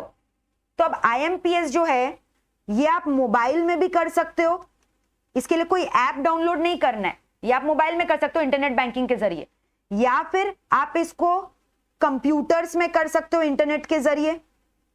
अब जैसे मोबाइल बैंकिंग ऐप देती है ना बहुत सारी बैंक्स, तो वहां से भी कर सकते हो मोबाइल बैंकिंग ऐप से, जैसे इंस्टाबिज में जाके कर सकते हो आईसीआईसीआई बैंक का आईएमपीएस, ठीक है। और अदरवाइज आप डायरेक्टली वेबसाइट में जा सकते हो कंप्यूटर्स में, या मोबाइल में भी वेबसाइट में जा सकते हो, वेब ब्राउजर में www.icici.com में, या फिर आप एटीएम में भी जा सकते हो। तो ये 3 जरिया आईएमपीएस करने का। लेकिन यूपीआई इंटरफेस सिर्फ और सिर्फ मोबाइल बैंकिंग ऐप डाउनलोड करके होता है, बट ये आप मोबाइल फोन के जरिए कर सकते हो, कंप्यूटर्स के जरिए कर सकते हो, एटीएम के जरिए कर सकते हो। और इसमें मैंने बोला पेई का अकाउंट नंबर चाहिए और आईएफएससी कोड भी चाहिए, ठीक है। तो आपने जैसे ही मान लो मोबाइल बैंकिंग में लॉगिन किया, या मान लो आपने इंटरनेट बैंकिंग में लॉगिन की, तो वहां पे लॉगिन किया तो अब पेमेंट करना है जिस बंदे को पेई का। अब यहाँ पे आईएमपीएस के जरिए जब आप पेमेंट करते हो ना, तो आपको पेमेंट जो करना है आप इंश्योर करना, तो आपको पेई का अकाउंट नंबर चाहिए, उसके लिए अकाउंट नंबर चाहिए प्लस आईएफएससी कोड। ये अभी आईएफएससी कोड क्यों चाहिए आपको पता है? मान लो कि आपको पेमेंट करना है, मान लो आपको आईएमपीएस करना है आईसीआईसीआई बैंक से, और किसके अकाउंट में ट्रांसफर करना है? पेई, जिसका बैंक अकाउंट कहां पे? एचडीएफसी, समझ रहे हो? तो अब आप पेई का अकाउंट नंबर लिखोगे, तो पेई का जो अकाउंट नंबर है, यहां पे क्या प्रॉब्लम होता है? पेई का जो अकाउंट नंबर है, आपको पता है एक ही मतलब कि एक ही account number, the same account number can be used in ICICI Bank as well as HDFC Bank for different customer. Mister A का अकाउंट नंबर है dot dot dot, mister B का भी अकाउंट नंबर सेम है dot dot dot 135135। ये ICICI का customer है, ये HDFC का कस्टमर है। तो अब मुझे तो एचडीएफसी वाले मिस्टर बी को पेमेंट करना था, समझ में आ रहा है? बट मैंने जब ये अकाउंट नंबर डाला तो ये तो दोनों को रीड कर लिया, तो पेमेंट कहां जाएगा? हो सकता है गलती से इसमें हो जाए, तो ये गलती ना हो इसके लिए आईएफएससी कोड दिया जाता है, जिसमें ब्रांच बताया जाता है बैंक का, समझ में आ रहा है? जिसे ये क्लियर कर दिया जाता है कि ये वाला जो अकाउंट नंबर है ना, ये एचडीएफसी वाले ब्रांच का है, सो एंड सो ब्रांच का है, शोभा बाजार, श्याम बाजार ब्रांच। तो ये कंफ्यूजन ना हो ब्रांच को लेकर, इसीलिए आईएफएससी कोड दिया जाता है, आईएफएससी कोड। समझ गए इसका मतलब? आईएफएससी कोड का मतलब क्लियर है? मैक्सिमम पेमेंट लिमिट 2 लाख पर ट्रांजैक्शन, पेई हैज टू बी एडेड, समझ में आ रहा है? और एक बार आपने पेई ऐड किया, आईएमपीएस किया, फिर कूलिंग पीरियड ऑब्जर्व करना पड़ता है, मतलब शायद आधी घंटा या 15 मिनट का कूलिंग पीरियड होता है, फिर आप नेक्स्ट पेमेंट कर सकते हो। 2 लाख का पेमेंट कर सकते हो आईएमपीएस में, मैक्स टू मैक्स, ठीक है? देख लो, क्लियर है यहां तक? तो this is called IMPS payment, immediate payment. बस यहाँ पे ये कोई ऐप का जरूरी नहीं है, कंप्यूटर एटीएम्स के थ्रू भी हो सकता है। फिर उसके बाद यहाँ पे क्या, आईएफएससी कोड का दरकार है, मोबाइल फोन का नंबर का दरकार नहीं है। हाँ, बट जब आप ट्रांजैक्शन करते हो तो आपके मोबाइल फोन में ओटीपी आती है, जो आपका रजिस्टर्ड है बैंक अकाउंट के संग, वो ओटीपी के थ्रू आपको ट्रांजैक्शन करना पड़ता है, समझ में आ रहा है? बट यहाँ पे कोई ऐसा नहीं है कि आपका मतलब मोबाइल फोन के थ्रू ही होगा। यहाँ पेमेंट क्या हो रहा है? It is the money is getting transfer from one account to another account, है ना? But with the help of what? Account number, without the help of the mobile number. बट उसमें मोबाइल नंबर एंटर करना पड़ता था पेई का, सामने वाले का, इसमें इंटरफेस में, यूपीआई में। बट यहाँ पे अकाउंट नंबर और आईएफएससी कोड दोनों चाहिए, वन टाइम पेमेंट, ठीक है? और कोई फिजिकल काउंटर्स में आईएमपीएस नहीं हो सकता, जैसे आरटीजीएस एनईएफटी में आप बैंक में भी जाके आरटीजीएस एनईएफटी करवा सकते हो, लेकिन आईएमपीएस नहीं करवा सकते। क्लियर है आईएमपीएस का मतलब और उसका मतलब? तो लिमिट हो गया यहाँ 2 लाख, ऊपर वाले में 1 लाख था, वहां मोबाइल फोन नंबर होना जरूरी है, मोबाइल फोन नंबर का जरूरी नहीं है, ठीक है? यहाँ आप मोबाइल, कंप्यूटर, एटीएम किसी के भी थ्रू कर सकते हो। और यहाँ पे पेई ऐड करना पड़ता है, पेई का अकाउंट नंबर होना जरूरी है, उसका आईएफएससी कोड होना जरूरी है, तभी आप आईएमपीएस कर सकते हो। क्लियर है यहाँ तक? थ्रू विद दिस अब नेक्स्ट हम लोग डिस्कस करने वाले भीम ऐप के बारे में। भीम ऐप क्या है? एक मोबाइल ऐप ही तो है, तो वही ऑलरेडी मैंने डिस्कस करवा दिया। तो भीम ऐप का जो इंटरफेस है ना, वो गवर्नमेंट का है, ठीक है? ये जो भीम ऐप का इंटरफेस है वो किसका है? गवर्नमेंट, जिसको किसने डेवलप किया मैंने बोला, ये आप लिखोगे। It's a mobile banking app, जहां पे क्विक ट्रांसफर ऑफ फंड्स होता है फ्रॉम पेयर टू पेई, ठीक है, from sender to transfer on a real time basis. यहाँ पे कोई वॉलेट में हिट नहीं होता पैसा, बल्कि आपका बैंक अकाउंट हिट होता है, लेकिन फोन नंबर्स के थ्रू हिट होता है। तो यानी यहाँ पे मोबाइल ऐप में आपको वो वाला फोन नंबर देना पड़ेगा which has been registered with your particular bank account, वही रजिस्टर्ड मोबाइल नंबर देना होगा। और आप जैसे ही भीम ऐप डाउनलोड करोगे आपको फोन नंबर मांगेगा, तो फोन नंबर आपके सिम कार्ड को रीड कर लेगा, फिर आपका सिम कार्ड जिस बैंक जिससे लिंक्ड है वो बैंक के सारे डिटेल्स आ जाएंगे भीम ऐप में, फिर वहां से आप पेमेंट करते रहो। तो भीम ऐप में यूपीआई का भी फैसिलिटी अवेलेबल है, यूपीआई करना है। इसके अलावा पता है भीम ऐप से आप आईएमपीएस भी कर सकते हो। सारे यूपीआई इंटरफेसेस ये अलाउ नहीं करते, लेकिन जैसे एसबीआई में एसबीआई का जो बड़ी यूपीआई इंटरफेस है वो आईएमपीएस नहीं अलाउ करता। हाँ, एसबीआई के आप वेबसाइट में जाके कर सकते हो, इंस्टाबिज में कर सकते हो आईसीआईसीआई के, लेकिन भीम यूपीआई इंटरफेस आपको आईएमपीएस भी अलाउ करता है, जहां पे आपको आईएफएससी कोड ऐड करना पड़ेगा पेई को, और आप वहां पेमेंट कर सकते हो। इसके अलावा आपका भीम का पेमेंट वॉलेट सर्विसेज भी है, ठीक है। तो ये सारे सर्विसेज अलाउड है। और यहाँ पे मैंने बोला था मल्टीपल बैंकिंग जो है वो लिंक हो सकता है, multiple bank accounts of the user, है ना, कैन बी लिंक्ड। जैसे मैंने बोला ना भीम ऐप डाउनलोड करके खोला तो इतने सारे जितने भी मेरे बैंक अकाउंट लिंक थे उस पर्टिकुलर फोन नंबर से, सारे बैंक अकाउंट के डिटेल आ गए, मुझे जिसको पेमेंट करना है यहाँ पे कर दो। तो यहाँ पे अकाउंट नंबर और आईएफएससी कोड से मैं आईएमपीएस भी कर सकती हूँ, यूपीआई पेमेंट भी हो सकता है, और मल्टीपल बैंक अकाउंट से भी लिंक्ड हो सकता है, और पेमेंट वॉलेट्स भी है इसके, ठीक है। So that is mobile app जो गवर्नमेंट ऑफ इंडिया ने लॉन्च किया है, which is launched by national payment corporation of India. Clear है। अच्छा, ये गवर्नमेंट ने ये मोबाइल ऐप क्यों लॉन्च किया, यूपीआई इंटरफेस क्यों लॉन्च किया?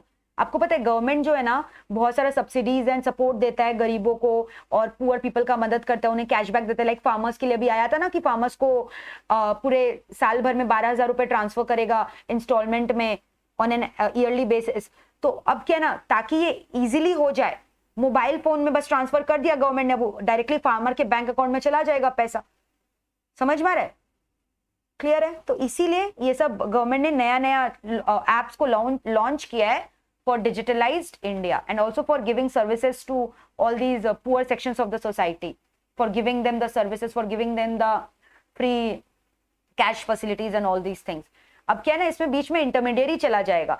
जैसे अगर अब कैश डिस्ट्रीब्यूट करने में क्या प्रॉब्लम होता था, गवर्नमेंट ने असाइन किया कि ये मिनिस्टर को दिया कि आप ये कैश डिस्ट्रीब्यूट करो अपने लोकेलिटी में, तो लोकल म्युनिसिपैलिटी आधा रुपया खा गया, गरीबों के पास उनका हक गया ही नहीं। तो ट्रांसपेरेंसी इंश्योर करने के लिए कि गरीबों को उनको पैसा मिल रहा है, बीच वाले जो इंटरमीडिएरी है, बीच वाली जो कड़ी है, करप्टेड कड़ी को तोड़ दिया गया। अब डायरेक्टली यहाँ गवर्नमेंट क्या कर रहा है, इतना लिमिट है, इतना डिस्ट्रीब्यूट करना है, तो फोन नंबर के थ्रू हर एक फार्मर्स का जो रजिस्टर्ड फोन नंबर है, उनका बैंक अकाउंट को बोल दिया कि आप अपने फोन नंबर को लिंक करो अपने बैंक अकाउंट से, और फिर फोन नंबर में उनका ट्रांसफर कर दिया यूपीआई के थ्रू। तो क्विक पेमेंट भी हो गया, रियल टाइम ग्रॉस बेसिस में हो गया, और बीच में कोई करप्शन भी नहीं हुआ, कोई करप्टेड मिनिस्टर गरीबों का या फार्मर्स का पैसा भी नहीं मारा। सो that is called mobile app. इसके अलावा जो आप बहुत यूज करते हो, mobile wallet, mobile wallets use करते हो ना, मोबाइल वॉलेट्स वही गूगल पे, जीपे, पेटीएम, ये सारे तो इसके एग्जाम्पल है। पेटीएम वॉलेट बहुत चला है, आप लोग यूज करते हो पेटीएम वॉलेट, गूगल पे सब यूज करते हो ना, तो यही हो गया मोबाइल वॉलेट। अब मोबाइल वॉलेट क्या है, it's a kind of digital wallet. जैसे आप लोग का एक फिजिकल वॉलेट होता है, ये डिजिटल वॉलेट है, डिजिटल वॉलेट है, यहाँ पे आप पैसा स्टोर करते हो, डिजिटल वॉलेट है। So it's a kind of prepaid card version where you can transfer money. आप यहाँ वॉलेट में मनी ट्रांसफर करते हो। अब यहाँ मनी कैसे ट्रांसफर करते हो, कैसे भी कर सकते हो, कैश के थ्रू ट्रांसफर कर सकते हो, फिर उसके बाद यूपीआई के थ्रू ट्रांसफर कर सकते हो, फिर उसके बाद डेबिट कार्ड के थ्रू ट्रांसफर कर सकते हो, क्रेडिट कार्ड के थ्रू ट्रांसफर कर सकते हो, कोई भी मोड ऑफ इंटरनेट बैंकिंग के थ्रू ट्रांसफर कर सकते हो। तो कैसे भी आप यहाँ पे वॉलेट से अपना रुपया ट्रांसफर करते हो, डिजिटल कैश स्टोर करते हो मोबाइल वॉलेट में, ठीक है। तो अब मोबाइल वॉलेट कब यूज होता है, खाली जब आपको मर्चेंट्स को पेमेंट करना है, वेंडर्स को, सेलर्स को पेमेंट करना है, ठीक है। This is basically use for making payment to businesses. ये किस लिए होता है, for making payment to businesses. समझ में आ रहा है? आप इंडिविजुअल को कभी भी पेटी, आप मान लो आपने पेमेंट वॉलेट यूज किया, मैं एक इंडिविजुअल हूं, मुझे मान लो अभी राखी आ रहा है, मान लो राखी आ रहा है, तो मान लो कि मेरे ब्रदर ने, by the way my brother is Mohit sir only, तो मान लो कि राखी में होता है ना, वो भाई बहन को राखी बांधती है तो भाई रुपया ट्रांसफर करता है। तो अब मुझे भैया ने बोला कि अब ये तो इंडिविजुअल ट्रांजैक्शन हो रहा है ना, तो उन्होंने मुझे बोला कोई बिजनेस ट्रांजैक्शन तो हो नहीं रहा है, तो तो उन्होंने मुझे तुम्हारे पेमेंट पेटीएम वॉलेट में मैंने ट्रांसफर कर दिया, नॉट अलाउड। अगर वो अपना पेटीएम वॉलेट यूज भी कर रहे हैं ना, अपना बिजनेस वाला पेटीएम वॉलेट यूज करे ट्रांसफर करने के लिए, सो इन दैट केस जब वो ट्रांसफर करेंगे ना, मेरा मोबाइल नंबर उन्होंने लिखा, बट वो ट्रांसफर कहां पे रिफ्लेक्टेड होगा, मेरे बैंक अकाउंट में क्रेडिट हो जाएगा जिस नंबर से मेरा बैंक अकाउंट लिंक्ड है। मेरे पेटीएम वॉलेट में वो अमाउंट नहीं आने वाला कभी भी। लेकिन हाँ, अगर आप बिजनेस पेमेंट करो, मान लो आप स्पेंसर गए, बिग बास्केट में पेमेंट करते हो, then the Paytm wallet can be use for making the payment. तब वहां से रुपया डेबिट होगा और वो क्रेडिट हो जाएगा बिग बास्केट के वॉलेट में, वो क्रेडिट हो जाएगा अमेजन के वॉलेट में, वो क्रेडिट हो जाएगा आपके स्पेंसर के वॉलेट में। तो ये basically mobile wallet is being used for making payment to merchants, e merchants, businesses. तो ये चीज याद रखना, मर्चेंट्स को पेमेंट करने के लिए होता है, बिजनेसेस को पेमेंट करने के लिए होता है, ठीक है, इंडिविजुअल्स को पेमेंट करने के लिए नहीं होता। तो ऑल्दो इंडिविजुअल का अगर पेटीएम वॉलेट अगर आप मान लो आप रख भी रखो पेटीएम वॉलेट में ट्रांसफर करके, तो आप उसको उससे किसको पेमेंट करते हो, स्पेंसर गए वहां पेमेंट की आपने, ऑनलाइन शॉपिंग में पेमेंट की, तो वो सब के लिए आप करते हो, इंडिविजुअल के लिए नहीं। अगर आप इंडिविजुअल को ट्रांसफर कर भी रहे हो ना, तो वो अल्टीमेटली उसके बैंक अकाउंट में जाकर क्रेडिट होगा, उसके पेटीएम वॉलेट में कभी ऐड नहीं होगा। तो ये डिफरेंस है इसमें और यूपीआई में। यूपीआई में आप जब यूज करते हो तो यूपीआई में तो वैसे भी बैंक टू बैंक ट्रांजैक्शन होता है, वहां वॉलेट में तो होता ही नहीं है। और यहाँ वॉलेट में वॉलेट टू वॉलेट ट्रांसफर नहीं हो रहा है, वॉलेट से आपका बैंक अकाउंट में ट्रांसफर हो रहा है, ठीक है। तो ये सब डिफरेंसेस आपको कोई नहीं बताएगा, जिसको आता है, जो रियल में सारे ट्रांजैक्शंस करके बैठा, उसे ये सब आइडिया होगा, ठीक है। So these are the very thin line difference. तो अगर मान लो इस पे शॉर्ट नोट ऐप क्या बोलोगे, डिजिटल वॉलेट है, ठीक है, अलग अलग कंपनीज के नाम लिखना है, पेटीएम वॉलेट, जी पे, ठीक है, फोन पे एटसेट्रा। और यहाँ पे क्या होता है, बेसिकली पेटीएम वॉलेट और mobile wallet is being used for making payment to businesses, merchants, sellers, ठीक है। And the money can be transferred to the mobile wallets using any mode of banking, internet banking, debit card, credit card, UPI, etc. ठीक है, clear है यहाँ तक। अब उसके बाद ना और एक चीज हम लोग करेंगे जो मैंने आपको बोला अभी, यूएसएसडी कोड, ठीक है, यूएसएसडी कोड। इसके लिए आपको कोई स्मार्टफोन होना जरूरी नहीं है, मोबाइल फोन होना चाहिए, लेकिन कोई स्मार्टफोन होना जरूरी नहीं है। लाइक अभी आप एक बार करो ना, *99#, चलो मेरे संग करो, come on, take out your mobile phone, take out your mobile phone. और ये है क्या बाय द वे, छोटे लोगों के लिए, छोटे मोटे लोगों के लिए जिनके पास छोटा मोटा फोन है मेरे जैसे, ठीक है, अनस्ट्रक्चर्ड सप्लीमेंट्री सर्विस, ठीक है, अनस्ट्रक्चर्ड सप्लीमेंट्री सर्विस डेटा। चलो करो करो मेरे साथ साथ करो, चलो *99#, ये यूएसडी कोड को रन करो। जैसे ही आपने यूएसएसडी कोड रन किया, देखो आपके मोबाइल फोन में लिखा हुआ आएगा यूएसएसडी कोड रनिंग। तो इसके लिए आप समझ गए, आपको मोबाइल चाहिए, आपका मोबाइल फोन नंबर चाहिए, सिम कार्ड जो रीड करेगा। अब वहां लैंग्वेज सिलेक्ट करने, आपने इंग्लिश लैंग्वेज मान लो सिलेक्ट की, ठीक है, मैंने 1 सिलेक्ट किया, इंग्लिश लैंग्वेज सिलेक्ट हुआ। तो अब देखो, अब यहाँ पे आ गया ना, अब आप ना क्या कर रहे हो, यहाँ पे आ गया, आपको कहाँ पेमेंट करना है, इतने सारे सर्विसेज है, सब कुछ आ गया। अगर मान लो आपका कोई फोन नंबर लिंक नहीं है आपके बैंक अकाउंट से, तो आपको बोलेगा कि बैंक नाम डालो या फर्स्ट 4 लेटर्स डालो बैंक के आईएफएससी का, welcome to Bhim app, Bhim ये दैट डॉट डॉट डॉट, ठीक है। तो मान लो आपने कोई भी अपना बैंक का नाम डाल दिया, समझ रहे हो कैसे फंक्शन कर रहा है ये। तो ये जो है आप देख रहे हो, आप इससे क्या कर सकते हो, अपना बैंक डिटेल्स में ये भी चेक कर सकते हो कि आपका जो बैंक अकाउंट में कितना आपका रुपया है, ठीक है। आप यहाँ पे अपना जो है बैंक बैलेंस भी चेक कर सकते हो, ऑलराइट। और फिर बैंक बैलेंस भी आप चेक कर सकते हो आपका यूपीआई पिन के थ्रू। तो ये यूएसएसडी कोड उन लोगों के लिए जिनके पास स्मार्टफोन नहीं है, स्मार्टफोन में अपना मोबाइल ऐप डाउनलोड नहीं कर सकते या वेब पोर्टल नहीं खोल सकते, जहां पे इंटरनेट का कनेक्टिविटी नहीं है, तो आप ये सिंपली ये *99# कोड को रन करके आराम से अपने अकाउंट बैलेंस की इंक्वायरी कर सकते हो। यानी ये आपको दोनों इंफॉर्मेशन दे रहा है, फाइनेंशियल ऑपरेशंस में भी हेल्प कर रहा है और नॉन फाइनेंशियल में भी। नॉन फाइनेंशियल मतलब आपने बैंक के बैलेंस एंड ऑल जान सकते हो, फाइनेंशियल में आप ट्रांसफर एंड ऑल भी कर सकते हो पैसों का, ठीक है, पेमेंट भी कर सकते हो। वहां पे ऑप्शंस रहते हैं, आप मोबाइल का पेमेंट कर सकते हो, रिचार्ज कर सकते हो, एटसेट्रा एटसेट्रा, कोई बिल का पेमेंट करना, इलेक्ट्रिसिटी बिल, सब कुछ कर सकते हो। तो ये सब आप एग्जाम में लिख के ना, payment of bills, mobile recharges, electronic bills, electricity bill, sorry, ये सब का पेमेंट कर सकते हो। सो वेरी इजी। नेक्स्ट अब हम लोग क्या डिस्कस करने वाले, अच्छा ये चीज याद रखना, आईएमपीएस में लिमिट मैंने कितना बोला था, 2 लाख, ठीक है। तो यूएसएसडी भी कोड हो गया, ये किसके लिए, यहाँ पे ये भी लिख देना, स्मार्टफोन नॉट रिक्वायर्ड। वो नोकिया का मैंने दिखाया था ना मेरे पीपीटी में, देखो ये वाला फोन दिखाया था, याद है, ये नोकिया का कौन सा वर्जन है, ये पुराना वाला वर्जन। इस फोन में भी आप आराम से ये सब हरकतें कर सकते हो, आराम से। देखो ये वाला लर्न करो, ये वाला कोड को रन करोगे और आराम से आप सब कुछ कर सकते हो। ठीक है,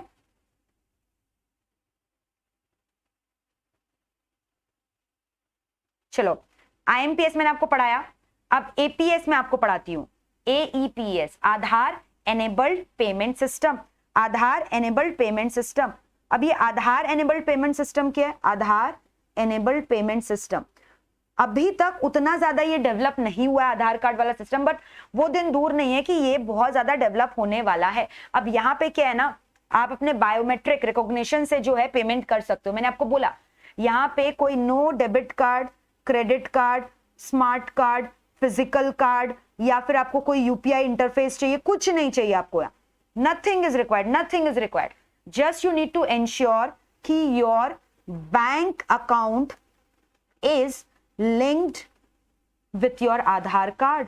Your bank account is linked with your Aadhaar card. आपका जो बैंक अकाउंट है ना वो आपके आधार कार्ड से लिंक्ड है। अगर आधार कार्ड से लिंक नहीं होगा तो ट्रांजैक्शन नहीं हो सकेगा। ठीक है, अब आधार कार्ड जब आप लोग बनाते हो तो दो तरीका होता है। अगर मान लो अपना थंब इंप्रेशन के थ्रू आपने आधार कार्ड को जनरेट करवाया था, या फिर आइरिस के रिकॉग्निशन के थ्रू, आई रिकॉग्निशन के थ्रू, तो वो वाला सिस्टम भी अलाउड है। तो दोनों के थ्रू हो सकता है पेमेंट। तो अब आप जब मान लो आपको रेस्टोरेंट में खाना खाना है, तो आज क्या हुआ ना, मैं रेस्टोरेंट में खाना खाने गई, मैंने ना अपना वॉलेट लिया जिसमें फिजिकल कैश पड़े हुए थे, ना मैंने अपना डेबिट कार्ड लिया, ना मैंने अपना क्रेडिट कार्ड लिया, ना मैंने अपना फोन कैरी किया। मुझे ना एकदम कंफर्टेबल डिनर चाहिए था, एकदम फ्री वाला, टेंशन फ्री। फोन भी मुझे नहीं देखना था, ना कोई फोन का झमेला चाहिए, ना कोई फिजिकल मटेरियल मुझे कैरी करना है, ना हार्ड कैश कैरी करना, मुझे कुछ नहीं। मैं ऐसे ही चली गई वेली, एकदम वेली, बिना कुछ कैरी किए। और पता है मैं कहाँ गई? आईटीसी रॉयल में। मैं गई आईटीसी रॉयल में, एकदम लग्जरियस खाना खाया, एकदम मस्त वाला, बड़ा बड़ा मजा आया। ठीक है, तो मैंने बुफे लिया था एक्चुअल में। तो मैंने ये जो बुफे ऑर्डर किया था ना, बुफे, तो इसका आफ्टर टैक्स जीएसटी लेकर 25 रुपए का बिल आया। तो जैसे उसने 2500 का बिल लेकर आया मेरे सामने, उसने बोला कि ये लीजिए पेमेंट करिए मैडम। तो वो पहले चिप बेस्ड वाला जो है ना सिस्टम, मशीन, वो लेकर आया था, वो वाला पीओएस लेके आया था।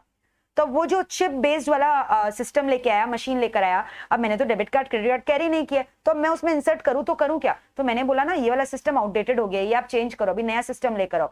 तो वो मैनेजर नया, तो उसे पता नहीं था कि उसके पास वो वाला पीओएस है। उन लोग के पास, आईटीसी इतना बड़ा होटल है तो उसके पास तो वाला मशीन वो गई ना जिसमें एपीएस सर्विसेज अलाउड है, एईपीएस सर्विसेज। तो अब उसके जो टॉप मैनेजर है उसने बोला कि हाँ ये सिस्टम अवेलेबल है मैम हमारे पास, तो वो लेकर आया। वो मुस्कुराया, वो मैनेजर को भी नहीं पता था ये सिस्टम है ऐसा कुछ। वो मुस्कुराया, वो फिर उसका टॉप मैनेजर जो है वो मेरे पास आया, बोला लीजिए ma'am, very sorry for the inconvenience, your chip card of the debit card और credit card is not required, even that RFID system is not required. We just need your thumb impression or your iris recognition, whatever with whatever your Aadhaar card is linked with. तो मैंने बोला thumb impression ले लो। तो उसने machine ली, मेरा thumb impression लिया। मेरा thumb impression कहाँ पे रजिस्टर्ड था? आधार कार्ड नंबर में, और मेरा आधार कार्ड नंबर मेरे आईसीआईसीआई के बैंक अकाउंट में लिंक था। तो यानी जैसे मैंने थंब इंप्रेशन दिया ना, मेरा आईसीआईसीआई के बैंक अकाउंट में जितने रुपए पड़े थे उसमें से 2500 रुपया मेरा डेबिट हो गया और क्रेडिट हो गया आईटीसी रॉयल होटल के बैंक अकाउंट में। समझे कुछ? ठीक है। और एक सिस्टम था वहां पे, उसने बोला मैम थंब इंप्रेशन का दरकार नहीं है, अगर आपका आधार कार्ड रजिस्टर्ड आपके आइरिस से, आइरिस रिकॉग्निशन, कॉन्टैक्ट आई से भी स्कैनिंग होता है ना ऐसे आई। तो मैंने बोला हाँ हाँ मेरा उसी से है।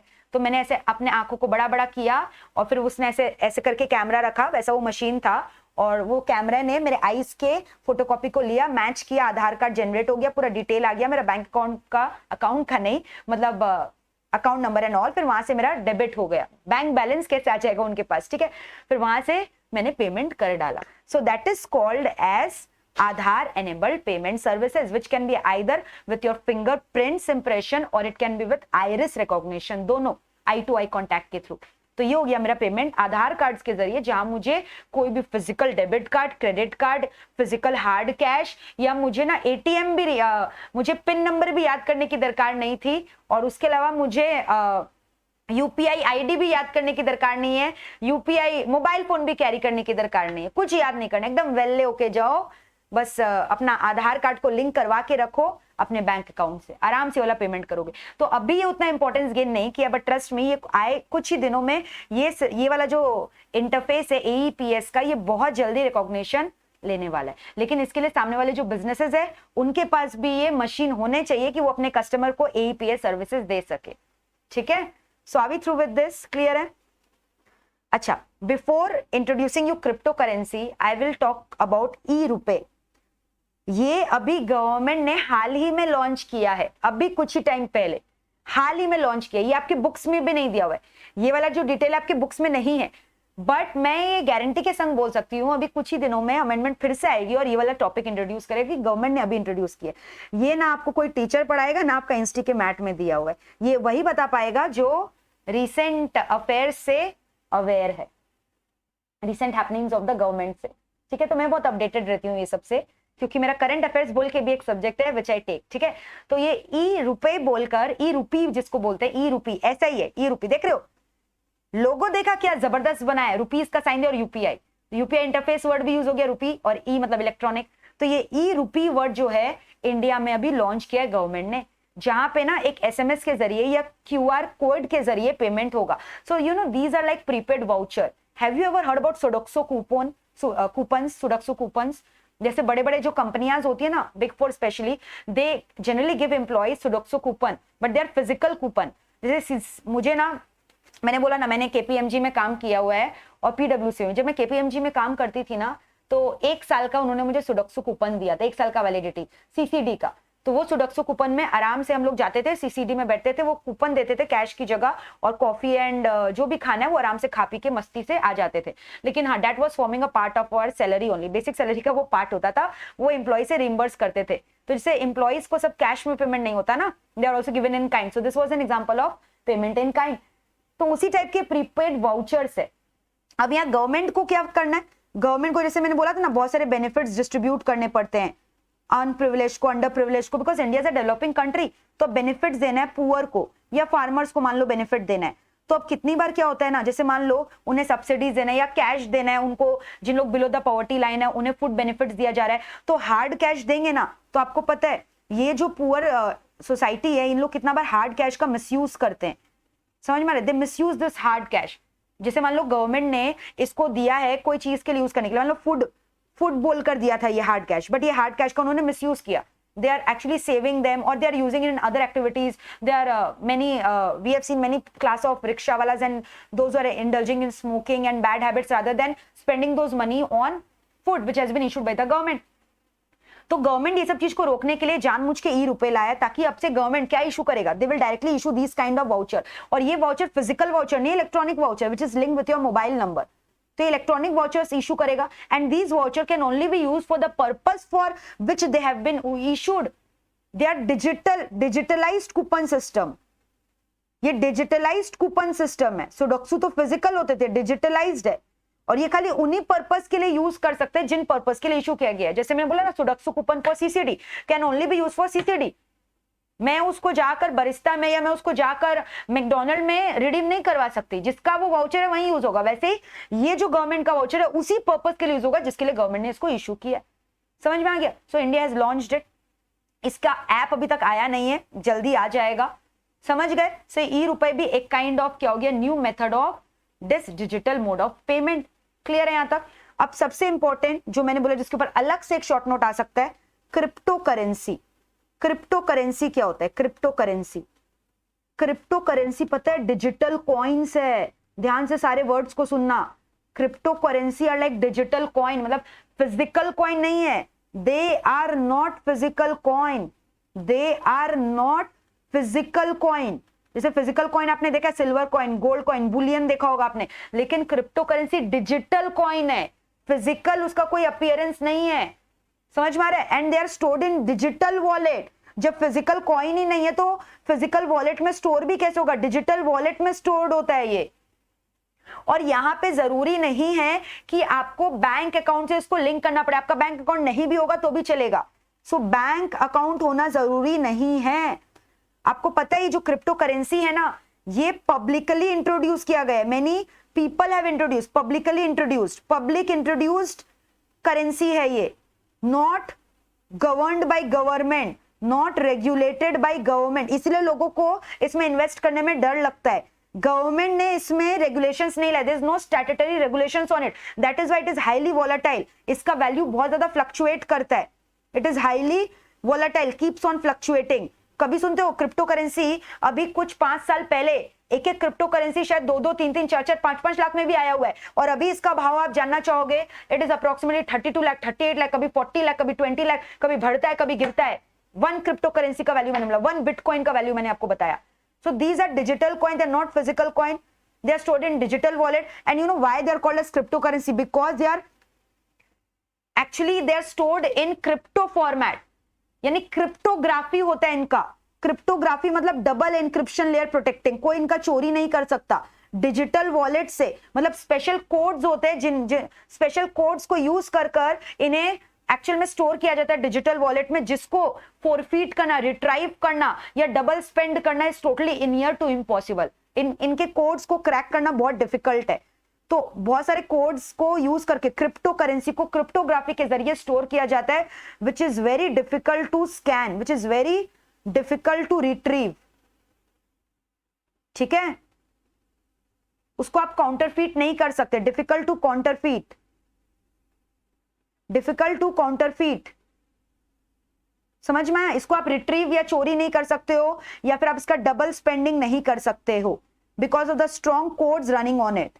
सो they are stored in digital wallet, no physical appearance and not necessary to be linked with the bank account and mobile number, publicly introduced, not regulated under government, NPSI या कोई गवर्नमेंट या कोई स्टैट्यूटरी रेगुलेशंस नहीं है जो इसको govern करता है।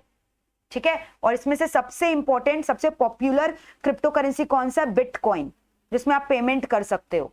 ठीक है, अब क्या होता है ना, ये इतना ज्यादा रिकॉग्नाइज क्यों नहीं है? क्योंकि मैंने आपको बोला सबको डर लगता है, क्योंकि इसमें कोई स्टैट्यूटरी रेगुलेशंस नहीं इसको गवर्न करने के लिए, बट फिर भी फॉरेन में बहुत ज्यादा हाईली रिकॉग्नाइज्ड है। ईबे का साइट मैंने बोला था, तो ईबे के कुछ यूजर्स है जिन लोग बिटकॉइन को बहुत यूज करते हैं, where they are allowing the uses of bitcoin, specially Tesla. Tesla company का नाम सुना है? Car company. टेस्ला भी जो है बिटकॉइन पहले एक्सेप्ट कर रहा था अपने कार को बेचने के लिए, बट बीच में मना कर दिया था, और जब टेस्ला ने मना किया तब बिटकॉइन का जो करेंसी का वैल्यू है ना वो गिरने लग गया था। फिर जब वापस लेना चालू कर दिया, बिटकॉइन एक्सेप्ट करने लग गया टेस्ला कंपनी, तो बिटकॉइन का वैल्यू फिर से बढ़ने लग गया था। तो bitcoin is an example of crypto currency. इसके अलावा मैंने आपको बहुत सारे एग्जांपल बताए थे, लाइट कॉइन बोला था, नेम कॉइन बोला था, फिर उसके बाद मैंने आपको पियर कॉइन बोला था। ठीक है, तो ये सब नाम याद कर लेना, क्योंकि ये सब ऑब्जेक्टिव एमसीक्यू में भी आ सकता है कि कौन सा बिटकॉइन का टाइप नहीं है, तो ये सब इंपॉर्टेंट है, देख लो। ठीक है, तो एक बार पूरा अच्छे से यहां तक देख लो, और फिर मेरे पीपीटी में तो मेरे डिजिटल नोट्स बोल लो, उसमें तो और भी सारे हैं, नेम्स थे, लाइक एथेरियम था।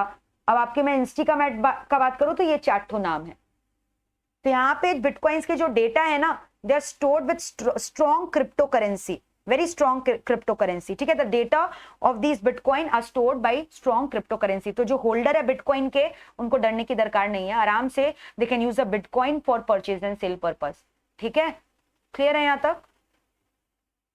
और मैंने बोला एक एक बिटकॉइन खरीदने का दरकार नहीं है। एक बिटकॉइन का वैल्यू मैंने आपको बोला कितना ज्यादा हाई होता है, तो लोग इसका फ्रैक्शन खरीदते हैं, 0.1 बिटकॉइन, 0.2 बिटकॉइन, 0.5 बिटकॉइन। तो पूरा बिटकॉइन एज अ होल खरीदना जरूरी नहीं है। ठीक है, तो ये सब आप लिख लोगे बिटकॉइन के बारे में। और फिर एग्जाम में क्या लिखना है? सबसे पहले तो डिजिटल करेंसी है लिखना, डिजिटल कॉइन डिजिटल वॉलेट में स्टोर होता है, और डेटा बिटकॉइन के स्टोर्ड होते हैं। मैंने क्या बोला, क्या चीज में? एकदम क्रिप्टो करेंसी फॉर्मेट में, which is very difficult to crack. और फिर मैंने बोला अभी लगभग एक बिटकॉइन का दाम समवेयर अराउंड 28 to 29 लाख के बीच में इसका valuation. 1 bitcoin 28 lakhs to 29 lakhs के बीच में, and it keeps on fluctuating, it keeps on fluctuating. अभी ऐसा भी था कि लोअर लिमिट इसने टच किया था जब टेस्ला ने मना कर दिया था 20 lakhs, और 40 lakhs तक भी गया और 50 lakhs तक भी गया। सो इट्स हाईली फ्लक्चुएटिंग, इसलिए लोग इसमें इन्वेस्ट करने से डरते हैं। फिर अलग अलग बिटकॉइंस का नाम लिख देना, दैट्स इट। ठीक है, हाईली वॉलेटाइल है, एटसेट्रा एटसेट्रा। ठीक है, तो ये हो गया मेरा क्रिप्टो करेंसी। क्लियर है? तो ये मैंने आपको एक्स्ट्रा पढ़ाया जो आपके मैट में भी नहीं दिया हुआ था, ई रुपए। ठीक है, ई रुपी मैंने आपको बोला ना, आप देखना मैं भी यही हूं, आप भी यही हूं, इंस्टीट्यूट जल्दी इंट्रोड्यूस करने वाला है। तो ये हो गए मेरे ट्रेडिशनल मेथड। अब ओल्ड मेथड्स मैं आपको ज्यादा डिटेल में नहीं पढ़ाऊंगी, क्योंकि वो आप मेरे को ज्यादा अच्छे से पढ़ा दोगे। Debit card, credit card, cards, debit card है, क्रेडिट कार्ड है, स्मार्ट कार्ड है। Smart card are like prepaid card, you know that. Smart card हो गए प्रीपेड कार्ड, जैसे वीजा कैश कार्ड आता है ना। फिर उसके बाद ये हो गए प्रीपेड कार्ड्स, जहां मनी आपको ट्रांसफर करना पड़ता है, और ट्रांसफर कैसे भी कर सकते हो स्मार्ट कार्ड्स में। प्रीपेड वॉलेट कार्ड्स होता है, और इसको आप कहीं पे भी यूज कर सकते हो कोई भी ट्रांजैक्शन हिट करने के लिए। स्मार्ट कार्ड्स में जितने भी पैसे होते हैं वो कहाँ से ट्रांसफर होते हैं, इंटरनेट बैंकिंग के जरिए आप ट्रांसफर कर सकते हो, डेबिट कार्ड क्रेडिट कार्ड के जरिए ट्रांसफर कर सकते हो, फिजिकली ट्रांसफर कर सकते हो। और इसमें ना एक चिप रहता है, माइक्रो प्रोसेसर चिप। मैंने बोला ना सारी कार्ड चिप बेस्ड होते हैं। माइक्रो प्रोसेसर चिप होता है जो सारे इंफॉर्मेशन कंटेन करके रखता है, आपने कितना स्पेंड किया कितना नहीं किया है। और जरूरी नहीं है कि आपको आप स्मार्ट कार्ड को बैंक अकाउंट से लिंक कराओ, नॉट नेसेसरी, ठीक है, not necessary. Bank account link जरूरी है क्या? Not necessary. करवा भी सकते हो, नहीं भी करवा सकते हो। लिंक रहेगा तो आप बैंक अकाउंट से डायरेक्टली पेमेंट कर सकते हो अगर आपको स्मार्ट कार्ड में पैसे भरने हैं, ठीक है। तो माइक्रो प्रोसेसर चिप है। और फिर मैंने बोला और एक चीज की, यहाँ स्मार्ट कार्ड में आप पैसे ट्रांसफर कर सकते हो कैसे भी, आरटीजीएस के थ्रू भी कर सकते हो, एनईएफटी के थ्रू भी कर सकते हो, डेबिट कार्ड के थ्रू कर सकते हो, कोई भी मोड ऑफ इंटरनेट बैंकिंग के थ्रू, या फिजिकली कैश भी ट्रांसफर कर सकते हो। आपने 1 लाख दे दी उस कंपनी को और उसने अपना स्मार्ट कार्ड इशू कर दिया 1 लाख का, समझ में, आप कहीं पे भी। और जनरली पता है स्मार्ट कार्ड ट्रैवलिंग पर्पस के लिए यूज होता है। जब हम लोग अब्रॉड एंड ऑल ट्रैवल करते हैं ना, तो अब मान लो आपको यूएस डॉलर चाहिए, तो यूएस डॉलर कैश में लेकर जाओगे क्या? पॉसिबल नहीं, आपको पकड़ के एयरपोर्ट से डिपोर्ट कर दिया जाएगा, इतना रुपया आप लेकर जाओगे। तो आप क्या करते हो ना, ट्रैवलिंग कार्ड्स जो होता है ट्रैवलिंग पर्पस के लिए स्मार्ट कार्ड्स लेकर जाते हो। स्मार्ट कार्ड्स में आप रुपया डलवा लेते हो, फिर वहां पे अगर खत्म भी होता है तो उसको आप रिफिल करवा लेते हो अपने बैंक से बात कर कर। तो स्मार्ट कार्ड्स का जो इशू है, जरूरी नहीं है कि बैंक करे, बैंक तो करता ही है स्मार्ट कार्ड इशू, उसके अलावा बहुत सारे प्राइवेट कंपनीज भी है जो इसको इशू करती है, ठीक है। एग्जांपल लिख देना, visa cash cards, Mandela etcetera. अब डेबिट कार्ड क्या होता है?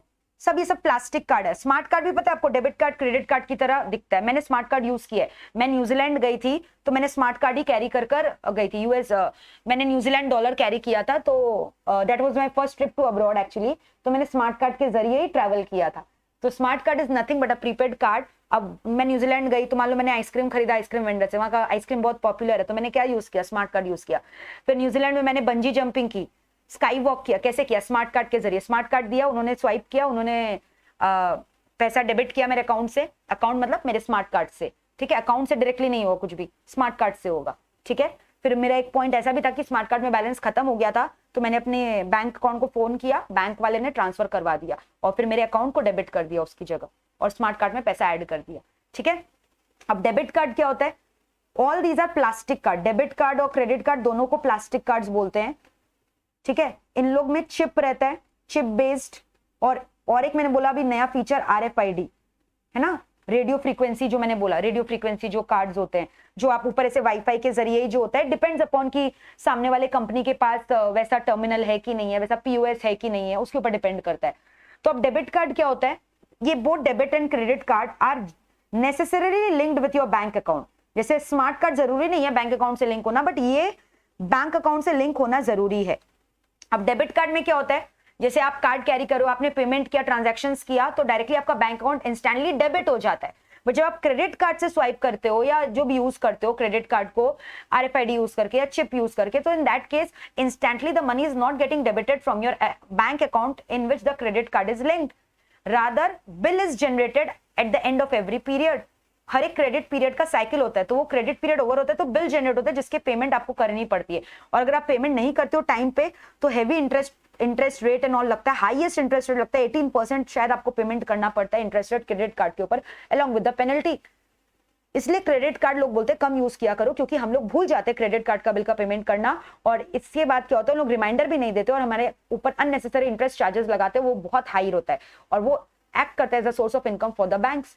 और फिर उसके बाद क्रेडिट कार्ड आप जब भी लोगे एनुअल चार्जेस होता है, हर एक ट्रांजैक्शन का चार्जेस होता है। तो क्रेडिट कार्ड क्योंकि एक टाइप का आपको लोन फैसिलिटी हो गया ना, तुरंत आपका बैंक अकाउंट से रुपया नहीं कटा, आपने क्रेडिट कार्ड से परचेज की तो आपको क्रेडिट दिया ना बैंक ने, लोन टाइप का दिया, तो इसलिए बैंक उस पर इंटरेस्ट लेता है अगर आपने टाइमली पेमेंट नहीं की, ठीक है। तो क्रेडिट कार्ड के जरिए क्या आप ATM से कैश भी विड्रॉ कर सकते हो? जी हाँ, लेकिन उसके लिए आपको अगेन चार्जेस कटेंगे। डेबिट कार्ड से भी आप ATM से कैश विड्रॉ कर सकते हो क्या? हाँ कर सकते हो। पेमेंट भी कर सकते हो क्या?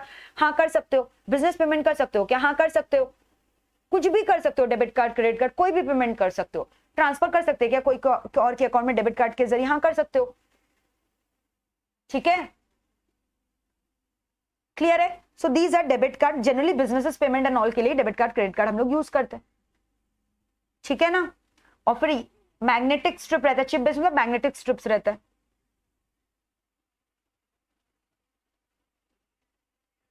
That's it. अब इससे ज्यादा और क्या बताऊं, बताओ, आपको ऑलरेडी आता है सब क्या होता है। अब बस एक दोनों में डिफरेंस क्या हो गया, यहाँ पे इंस्टेंटली कस्टमर का अकाउंट डेबिट हो रहा है, बट यहाँ इंस्टेंटली डेबिट नहीं हो रहा है। बिलिंग साइकिल होता है, बिलिंग साइकिल जब पूरा कंप्लीट होता है उसके बाद आपको पेमेंट करना पड़ता है, बिल्स जनरेट होता है, etcetera etcetera. So basically they are giving you credit, banks are giving you credit, loan, short term loan type का हो गया क्रेडिट कार्ड। बट डेबिट में your instantly account is getting debited, और अगर आपके account में बैलेंस नहीं है तो डेबिट कार्ड वर्क नहीं करेगा, फेल हो जाएगा। बट अगर आपके अकाउंट में बैलेंस नहीं है तो भी credit card can work, okay. चलो उसके बाद मैंने बोला ट्रेडिशनल में और एक जो इंटरनेट बैंकिंग। इंटरनेट बैंकिंग अब आप कैसे भी कर सकते हो, लैपटॉप के थ्रू, फोन के थ्रू, मोबाइल ऐप्स के थ्रू। जो पुराने सिस्टम मैंने बोला ना, आरटीजीएस होता है, एनईएफटी होता है, ये सब ट्रेडिशनल मेथड्स है इंटरनेट बैंकिंग के थ्रू, जहाँ पे आप फाइनेंशियल इंफॉर्मेशन भी एक्सेस कर सकते हो, नॉन फाइनेंशियल मतलब फाइनेंशियल ट्रांजैक्शंस भी कर सकते हो और नॉन फाइनेंशियल ट्रांजैक्शंस भी कर सकते हो, checking your balance etcetera etcetera. So that is your internet banking, ठीक है। और फिर इसके एग्जांपल मैंने बोला, जैसे अभी मोबाइल ऐप में तो इंस्टाबिज लेटेस्ट हो गया एग्जांपल, बट जब इंस्टाबिज ऐप नहीं था आईसीआईसीआई बैंक का, हम लोग क्या करते थे, लॉगिन करते थे ना वेबसाइट में www.iciicibank.com या आईसीआईसीआई डायरेक्ट, आईसीआईसीआई सिक्योर, अगर ट्रेडिंग करनी है तो ये सारे इंटरनेट बैंकिंग के एग्जांपल्स हो गए, समझ में आया। तो जो आप आरटीजीएस करो, एनईएफटी करो, सारे एग्जांपल लिख देना इंटरनेट बैंकिंग में, जहां पे आप क्या करो, वेबसाइट्स के थ्रू जो है अपना बैंकिंग ट्रांजैक्शंस करो, अकाउंट ट्रांसफर करो, बिजनेस पेमेंट करो, कुछ भी कर रहे हो, इलेक्ट्रिसिटी बिल पेमेंट करो, etcetera etcetera. Are we through with this? पूरा क्लियर है यहां तक, देख लो।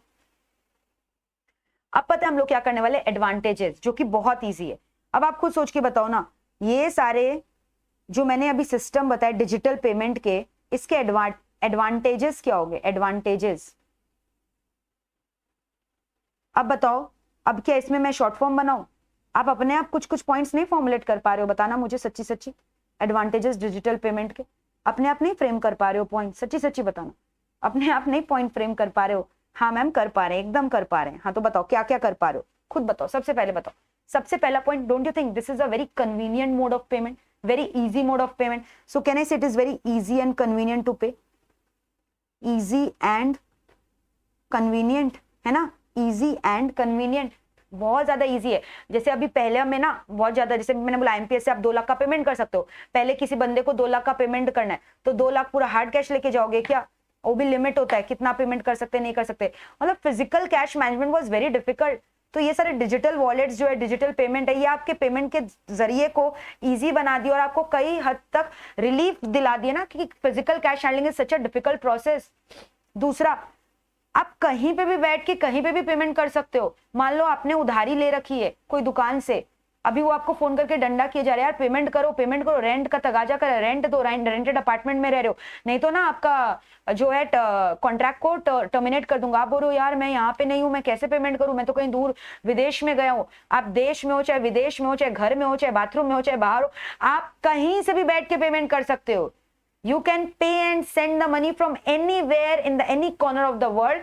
Internet accessibility should be definitely there, and which is in case anywhere there. ठीक है? So can make payment from anywhere in the world. Receive and make payment. Receive and make payment anywhere in the world. Anywhere in the world. है कि नहीं easy? बताओ, एकदम easy है ना, कहीं से भी पेमेंट कर सकते हो। अब सबसे ज्यादा पता है गवर्नमेंट ने ये डिजिटल पेमेंट इंट्रोड्यूस किया और लोग आजकल इसको केटर भी कर रहे हैं, यूपीआई इंटरफेस। क्यों? आपको पता है इस पे टैक्स सेविंग्स मिलता है। आप जितना पेमेंट करोगे कहीं कहीं कैशबैक होता है, लाइक फ्यूल, डीजल पेट्रोल खरीदोगे ना तो इंस्टेंट 0.75% का कैशबैक है। इंश्योरेंस प्रीमियम दे रहे हो, अगर गवर्नमेंट इंश्योरेंस कंपनी के संग आपने रजिस्टर करवा रखा है, गवर्नमेंट इंश्योरेंस कंपनी की पॉलिसी ले रखी है, तब आपको पता है कितना ज्यादा कैशबैक है, 10% कैशबैक, 10% डिस्काउंट किसको बोलते हैं। तो आपको डिस्काउंट्स मिल रहे हैं ना, डिस्काउंट्स ऑन टैक्सेस, तो इसलिए भी लोग इसका फायदा उठाते हैं। तो 0.75% फ्यूल पे, तो सोचो जो ट्रांसपोर्ट कंपनी है उसको तो कितना फायदा होता होगा, उन लोगों का तो डेली का काम है, ट्रक में जो है माल लोड करवा के डिलीवरी करवाना, जो लॉजिस्टिक कंपनी है उन्हें तो सोचो 0.75%, उन्हें तो हर दिन डीजल भरवाना है। कितना कितना डीजल भरवाना पड़ता है, जितना बड़ा कंपनी उतना ज्यादा डीजल, तो उन्हें कितना फायदा हो रहा है इसकी वजह से, गवर्नमेंट की स्कीम की वजह से। तो उन लोग फिर क्या करे, डिजिटलाइज पेमेंट करे, ट्रांसपेरेंसी हो रहा है, गवर्नमेंट को भी फायदा हो रहा है, गवर्नमेंट का ट्रांजैक्शन का ट्रांसपेरेंसी हो रहा है, पूरा टैक्स कलेक्शन होगा, तो टैक्स सेविंग दे रहे तभी तो टैक्स कलेक्शन पूरा हो रहा है। ठीक है, और फिर मैंने बोला 10% इंश्योरेंस प्रीमियम पे डिस्काउंट है, इंश्योरेंस प्रीमियम पे डिस्काउंट है इफ गवर्नमेंट इंश्योरर्स है। तो ये सारे फायदे हो रहे हैं कि नहीं बताओ। फिर इसके अलावा पता है आपको और क्या फायदा हो रहा है, जैसे कि पेटीएम वॉलेट है, तो आपका अगर पेटीएम वॉलेट से आप पेमेंट करते हो, मान लो आपने स्पेंसर को पेमेंट किया, बिग बास्केट को पेमेंट किया, 2000 रुपए गायब हो गए तुरंत, फिर अब आपको याद ही नहीं आ रहा यार 2000 रुपए थे कहाँ गायब हो गए, मुझे तो समझ ही नहीं आ रहा है। फिर चलो एक बार लिस्ट ऑफ ट्रांजैक्शन देखते हैं, तो आप पेटीएम वॉलेट में जाकर चेक कर सकते हो ना अपना पास्ट ट्रैक रिकॉर्ड, आपने कहाँ कहाँ एक्सपेंडिचर किया है। तो don't you think it is acting as a database, ये आपके डेटा को मेंटेन करके रखा है, तो एक रिटर्न रिकॉर्ड मेंटेन होके रखा है ना, रिटर्न रिकॉर्ड आपका रख के रखा है, जिससे आप क्या कर सकते हो, बजट प्लानिंग कर सकते हो, ओवर स्पेंड नहीं करोगे। आपको पता है इतने पैसे हैं आपके वॉलेट में, आपको इतने लिमिट मेंटेन करके रखना है, इतने खर्चे करने हैं, तो ये सारे फायदे हैं आपके, है कि नहीं। तो ये सारे फायदे कस्टमर को हो रहे हैं। इसके अलावा बिजनेस पॉइंट ऑफ व्यू से अगर मैं सोचूं तो उनको क्या फायदा हो रहा है, लेस रिस्क है ना, क्योंकि ट्रांसपेरेंसी हो रहा है ट्रांजैक्शन का, तो उन्हें कम डर है। और फिर उसके बाद कस्टमर पॉइंट ऑफ व्यू से भी, अभी जैसे मैंने बोला आधार कार्ड वाला फिंगरप्रिंट, आइरिस रिकॉग्निशन, तो जो पुराने लोग थे जिन्हें डर लगता था कि नहीं यार डेबिट कार्ड क्रेडिट कार्ड का डिटेल चोरी हो जाएगा, अभी आधार कार्ड की वजह से आपको नहीं लगता, बायोमेट्रिक रिकॉग्निशन इंट्रोड्यूस करने की वजह से और ज्यादा ये जो सिक्योरिटी इश्यूज था वो भी रिजॉल्व हो जाएगा फ्यूचर में। इसके अलावा इन्वायरमेंटल फ्रेंडली है ना, टैक्स सेविंग्स और सब तो हो गया, और इन्वायरमेंटल फ्रेंडली मतलब कि पेपर का यूजेज ज्यादा नहीं हो रहा है, पेपर का यूजेज कम हो रहा है, तो इन्वायरमेंटल फ्रेंडली है। और फिर इतना नंबर ऑफ ट्रांजैक्शंस हैंडल हो जा रहा है ना आसानी से, बिजनेस पॉइंट ऑफ व्यू से भी फायदा है।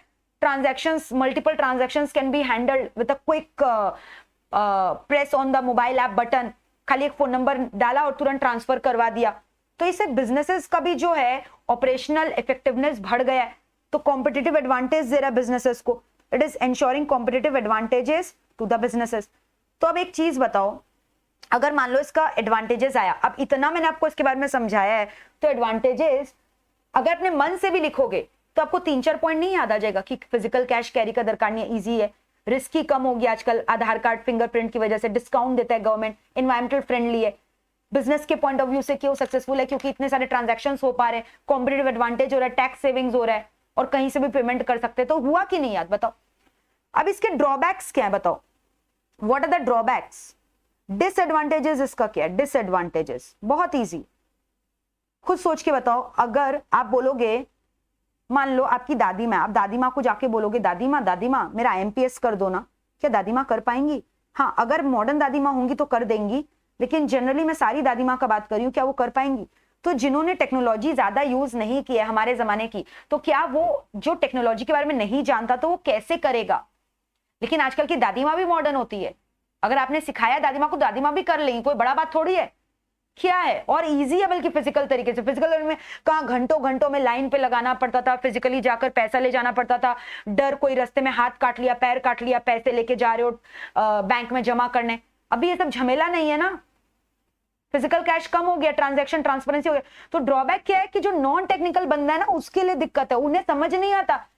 जैसे अब नॉन टेक्निकल टीचर वो आपको डिफरेंस ही नहीं बता पाएगा, IMPS क्या है और आपका पेटीएम वॉलेट क्या है, और उसके बाद UPI क्या है, और उसके बाद क्रिप्टो करेंसी क्या है, और ई-रुपए क्या है, सब में डिफरेंसेस मैंने बताया, debit card, credit card, smart card, सब डिफरेंट है। ठीक है, तो नॉन टेक्निकल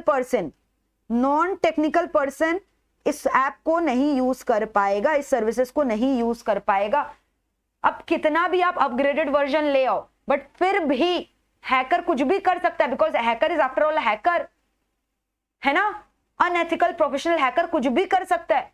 तो कितना भी आप कर लो तो भी सिक्योरिटी का डर तो लगा ही रहता है ना ई-कॉमर्स में, डिजिटलाइज्ड वर्ल्ड में, तो सिक्योरिटी इश्यूज फिर भी रहेंगे, जितना ही आप आधार कार्ड एनेबल्ड पेमेंट सर्विसेज ले आओ, जितना ही कुछ ले आओ। एक तरफ आपने बोला बजट प्लानिंग हो सकती है, पेटीएम वॉलेट में उतना ही रुपया, लेकिन कितनी बार मैं तो बोलूंगी ना, हम क्रेडिट कार्ड डेबिट कार्ड और जब ई पेमेंट करते हैं ना तो कुछ ज्यादा ही स्पेंडिंग हो जाता है, कोई रिकॉर्ड नहीं रखते। फिजिकल कैश रहता है ना तो पॉकेट में उतना ही खर्चा करेंगे जितना पॉकेट में रुपया है, लेकिन यहाँ तो डायरेक्टली बैंक से अकाउंट से ट्रांसफर हो रहा है। बैंक में तो कितना भी रुपया आपका पूरा सैलरी है, साल का पूरा सैलरी उड़ा दोगे क्या शॉपिंग में? तो ना ओवर स्पेंडिंग हो जाता है अंडर स्पेंडिंग की जगह। हम लोग अपने चादर से बाहर पैर पसारने की कोशिश करते हैं। और कितने बार तो बैंक हमें क्रेडिट कार्ड सर्विसेज देता है, जब पे अकाउंट बैलेंस इंस्टेंट डेबिट भी नहीं होता, तो और ज्यादा ओवर स्पेंडिंग। और फिर अगर बिजनेस के पॉइंट ऑफ व्यू से बात करो तो अब ये सब जो नए जमाने की चीज है, उसके लिए मैंने बोला मोबाइल ऐप बनाओ, उसके ऊपर इतना खर्चा, सॉफ्टवेयर, डेटाबेस, सर्वर सबको मेंटेन करके रखो। तो उनके लिए एक तरह से जब ट्रांजैक्शन स्मूथ हो रहा है, कॉम्पिटिटिव एडवांटेज क्रिएट हो रहा है, लेकिन खर्चा तो उनका बढ़ रहा है, कॉस्ट तो उनका बढ़ रहा है। इंक्रीज कॉस्ट ऑफ ऑपरेशन हो रहा है कि नहीं? उनका कॉस्ट बढ़ रहा है कि नहीं बताओ? इंक्रीज कॉस्ट हो रहा है कि नहीं? ये प्रॉब्लम है कि नहीं? और पता है मेरे संग ऐसा एक बार हुआ था, अनऑथराइज ट्रांजैक्शन कर लिया किसी ने मेरे क्रेडिट कार्ड से, तो मैंने कंप्लेन किया, कार्ड ब्लॉक करवाया, लेकिन जो ट्रांजैक्शन हो चुका है उसका पैसा का भुगतान कौन करेगा? अब मैं फाइट कर रही हूँ क्रेडिट कार्ड वाले मेरे बैंक से, आईसीआईसीआई बैंक से। अब आईसीआईसीआई बैंक बोल रहा है नहीं आप ही ने किया है, अब मैं क्या करूं, आपका अकाउंट हैक हो गया। तो दोनों झगड़ा ही चले जा रहा है। अब मसला ये है कि मेरे अकाउंट में रुपया आएगा कि नहीं आएगा। 2-3 महीने लग गए, फिर जाके मेरा अकाउंट क्रेडिट हुआ, जब उन्होंने रिसर्च किया और पता लगाया कि अनऑथराइज ट्रांजैक्शन था, मैडम ने नहीं किया था ये ट्रांजैक्शन। तो ये डिस्प्यूटेड ट्रांजैक्शन का भी बड़ा झमेला है। और कितना बार तो बैंक खुद ही जानबूझ के कर देता है, और जो लोग नहीं देखते इस बात को, वो लोग परेशान हो जाते हैं, उन्हें पता ही नहीं चलता। बैंक ना अननेसेसरी जनरली बहुत बार क्रेडिट कार्ड डिपार्टमेंट करते हैं, इसीलिए उन लोग आपको क्रेडिट कार्ड फ्री में इशू करते हैं, बोलते लाइफ टाइम वारंटी है, फ्री में इशू करेंगे, बहुत बेनिफिट मिलेगा। उनको भी बहुत फायदा होता है इसके पीछे। अननेसेसरी पता है बोलेंगे फ्री में देंगे और फिर अननेसेसरी चार्जेस उन लोग काट लेते हैं आपके कार्ड से। तो ये सब झमेला है, इसलिए लोग क्रेडिट कार्ड रखना नहीं चाहते। And then the transaction become disputed. आप लड़ाई करते रहो, कस्टमर केयर में फोन करते रहो, कितना झमेला कौन पालेगा? और सबसे इंपॉर्टेंट झमेला तो मैंने बताना ही भूल गया, इंटरनेट एक्सेसिबिलिटी। उसके बिना आप कर सकते हो क्या ई कॉमर्स ट्रांजैक्शन? नहीं। Digital payment is not possible without internet. तो इंटरनेट कनेक्टिविटी होनी भी जरूरी है। ये हो गया मेरा छठा डिसएडवांटेज। तो डिसएडवांटेज मैंने क्या बताया? टेक्निकल, जो पर्सन बंदा टेक्निकल नहीं है उसके लिए नहीं है ये चीज। Security issues, over spending, increased cost, disputed transaction. ठीक है, तो एक बार क्विकली हम लोग अपने मैथ्स से इसका मार्किंग करेंगे। और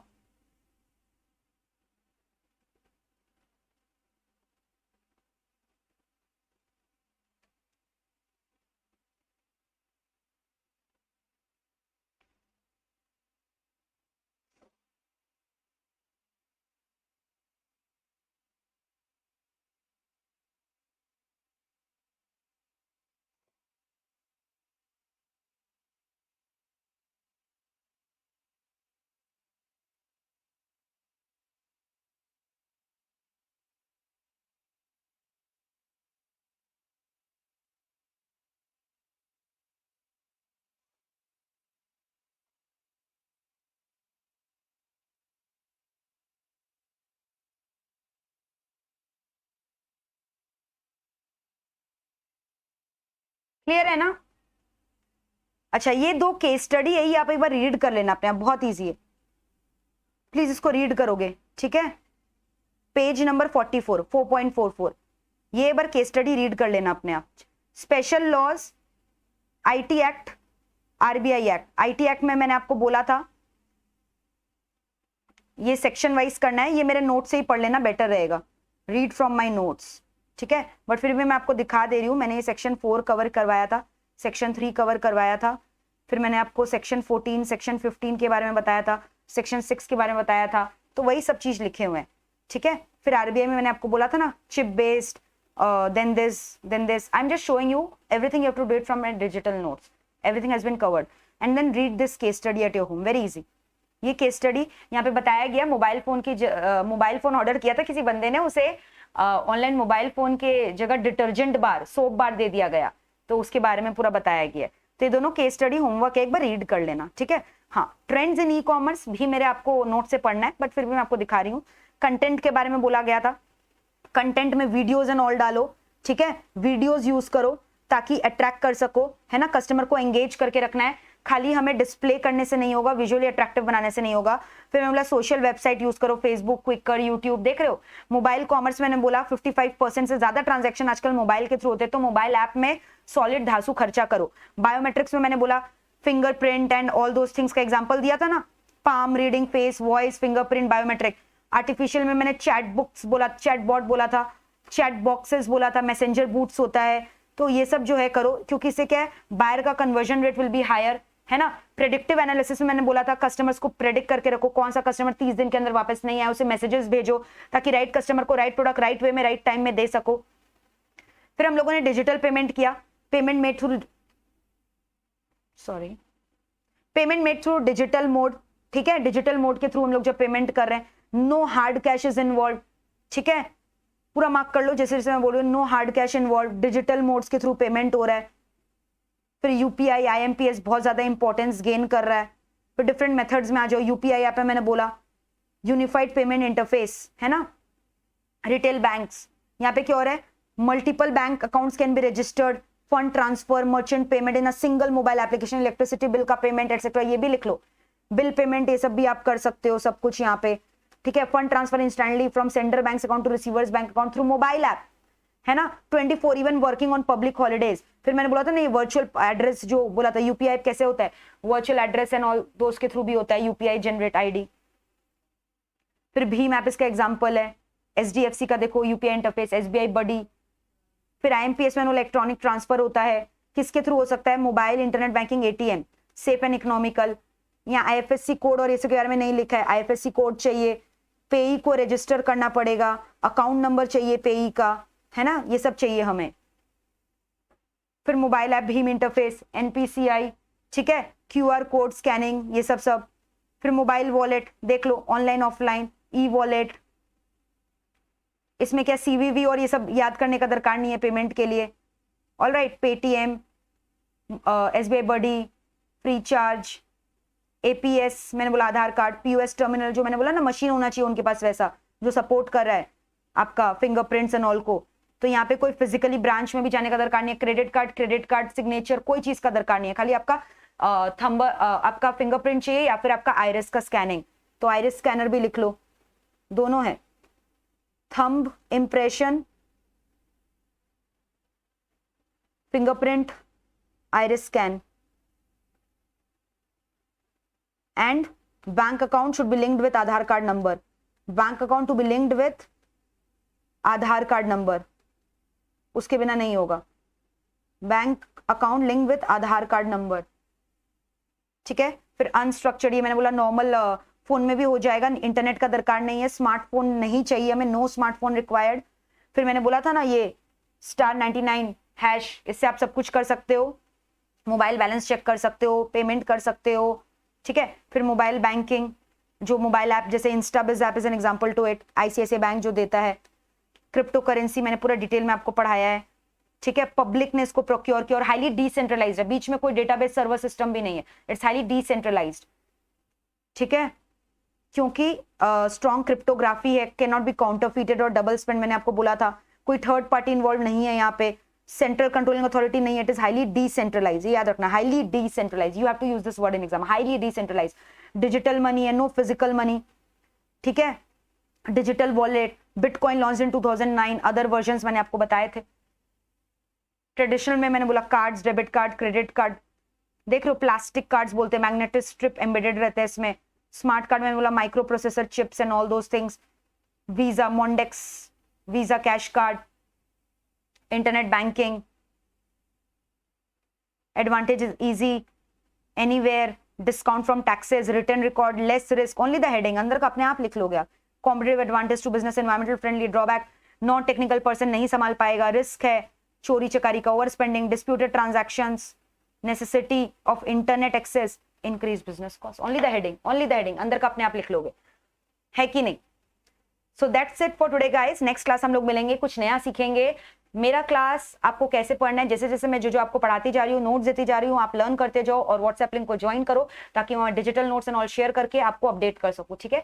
that's it for today guys, thank you all of you, bye bye, take care and do give me your feedback, bye.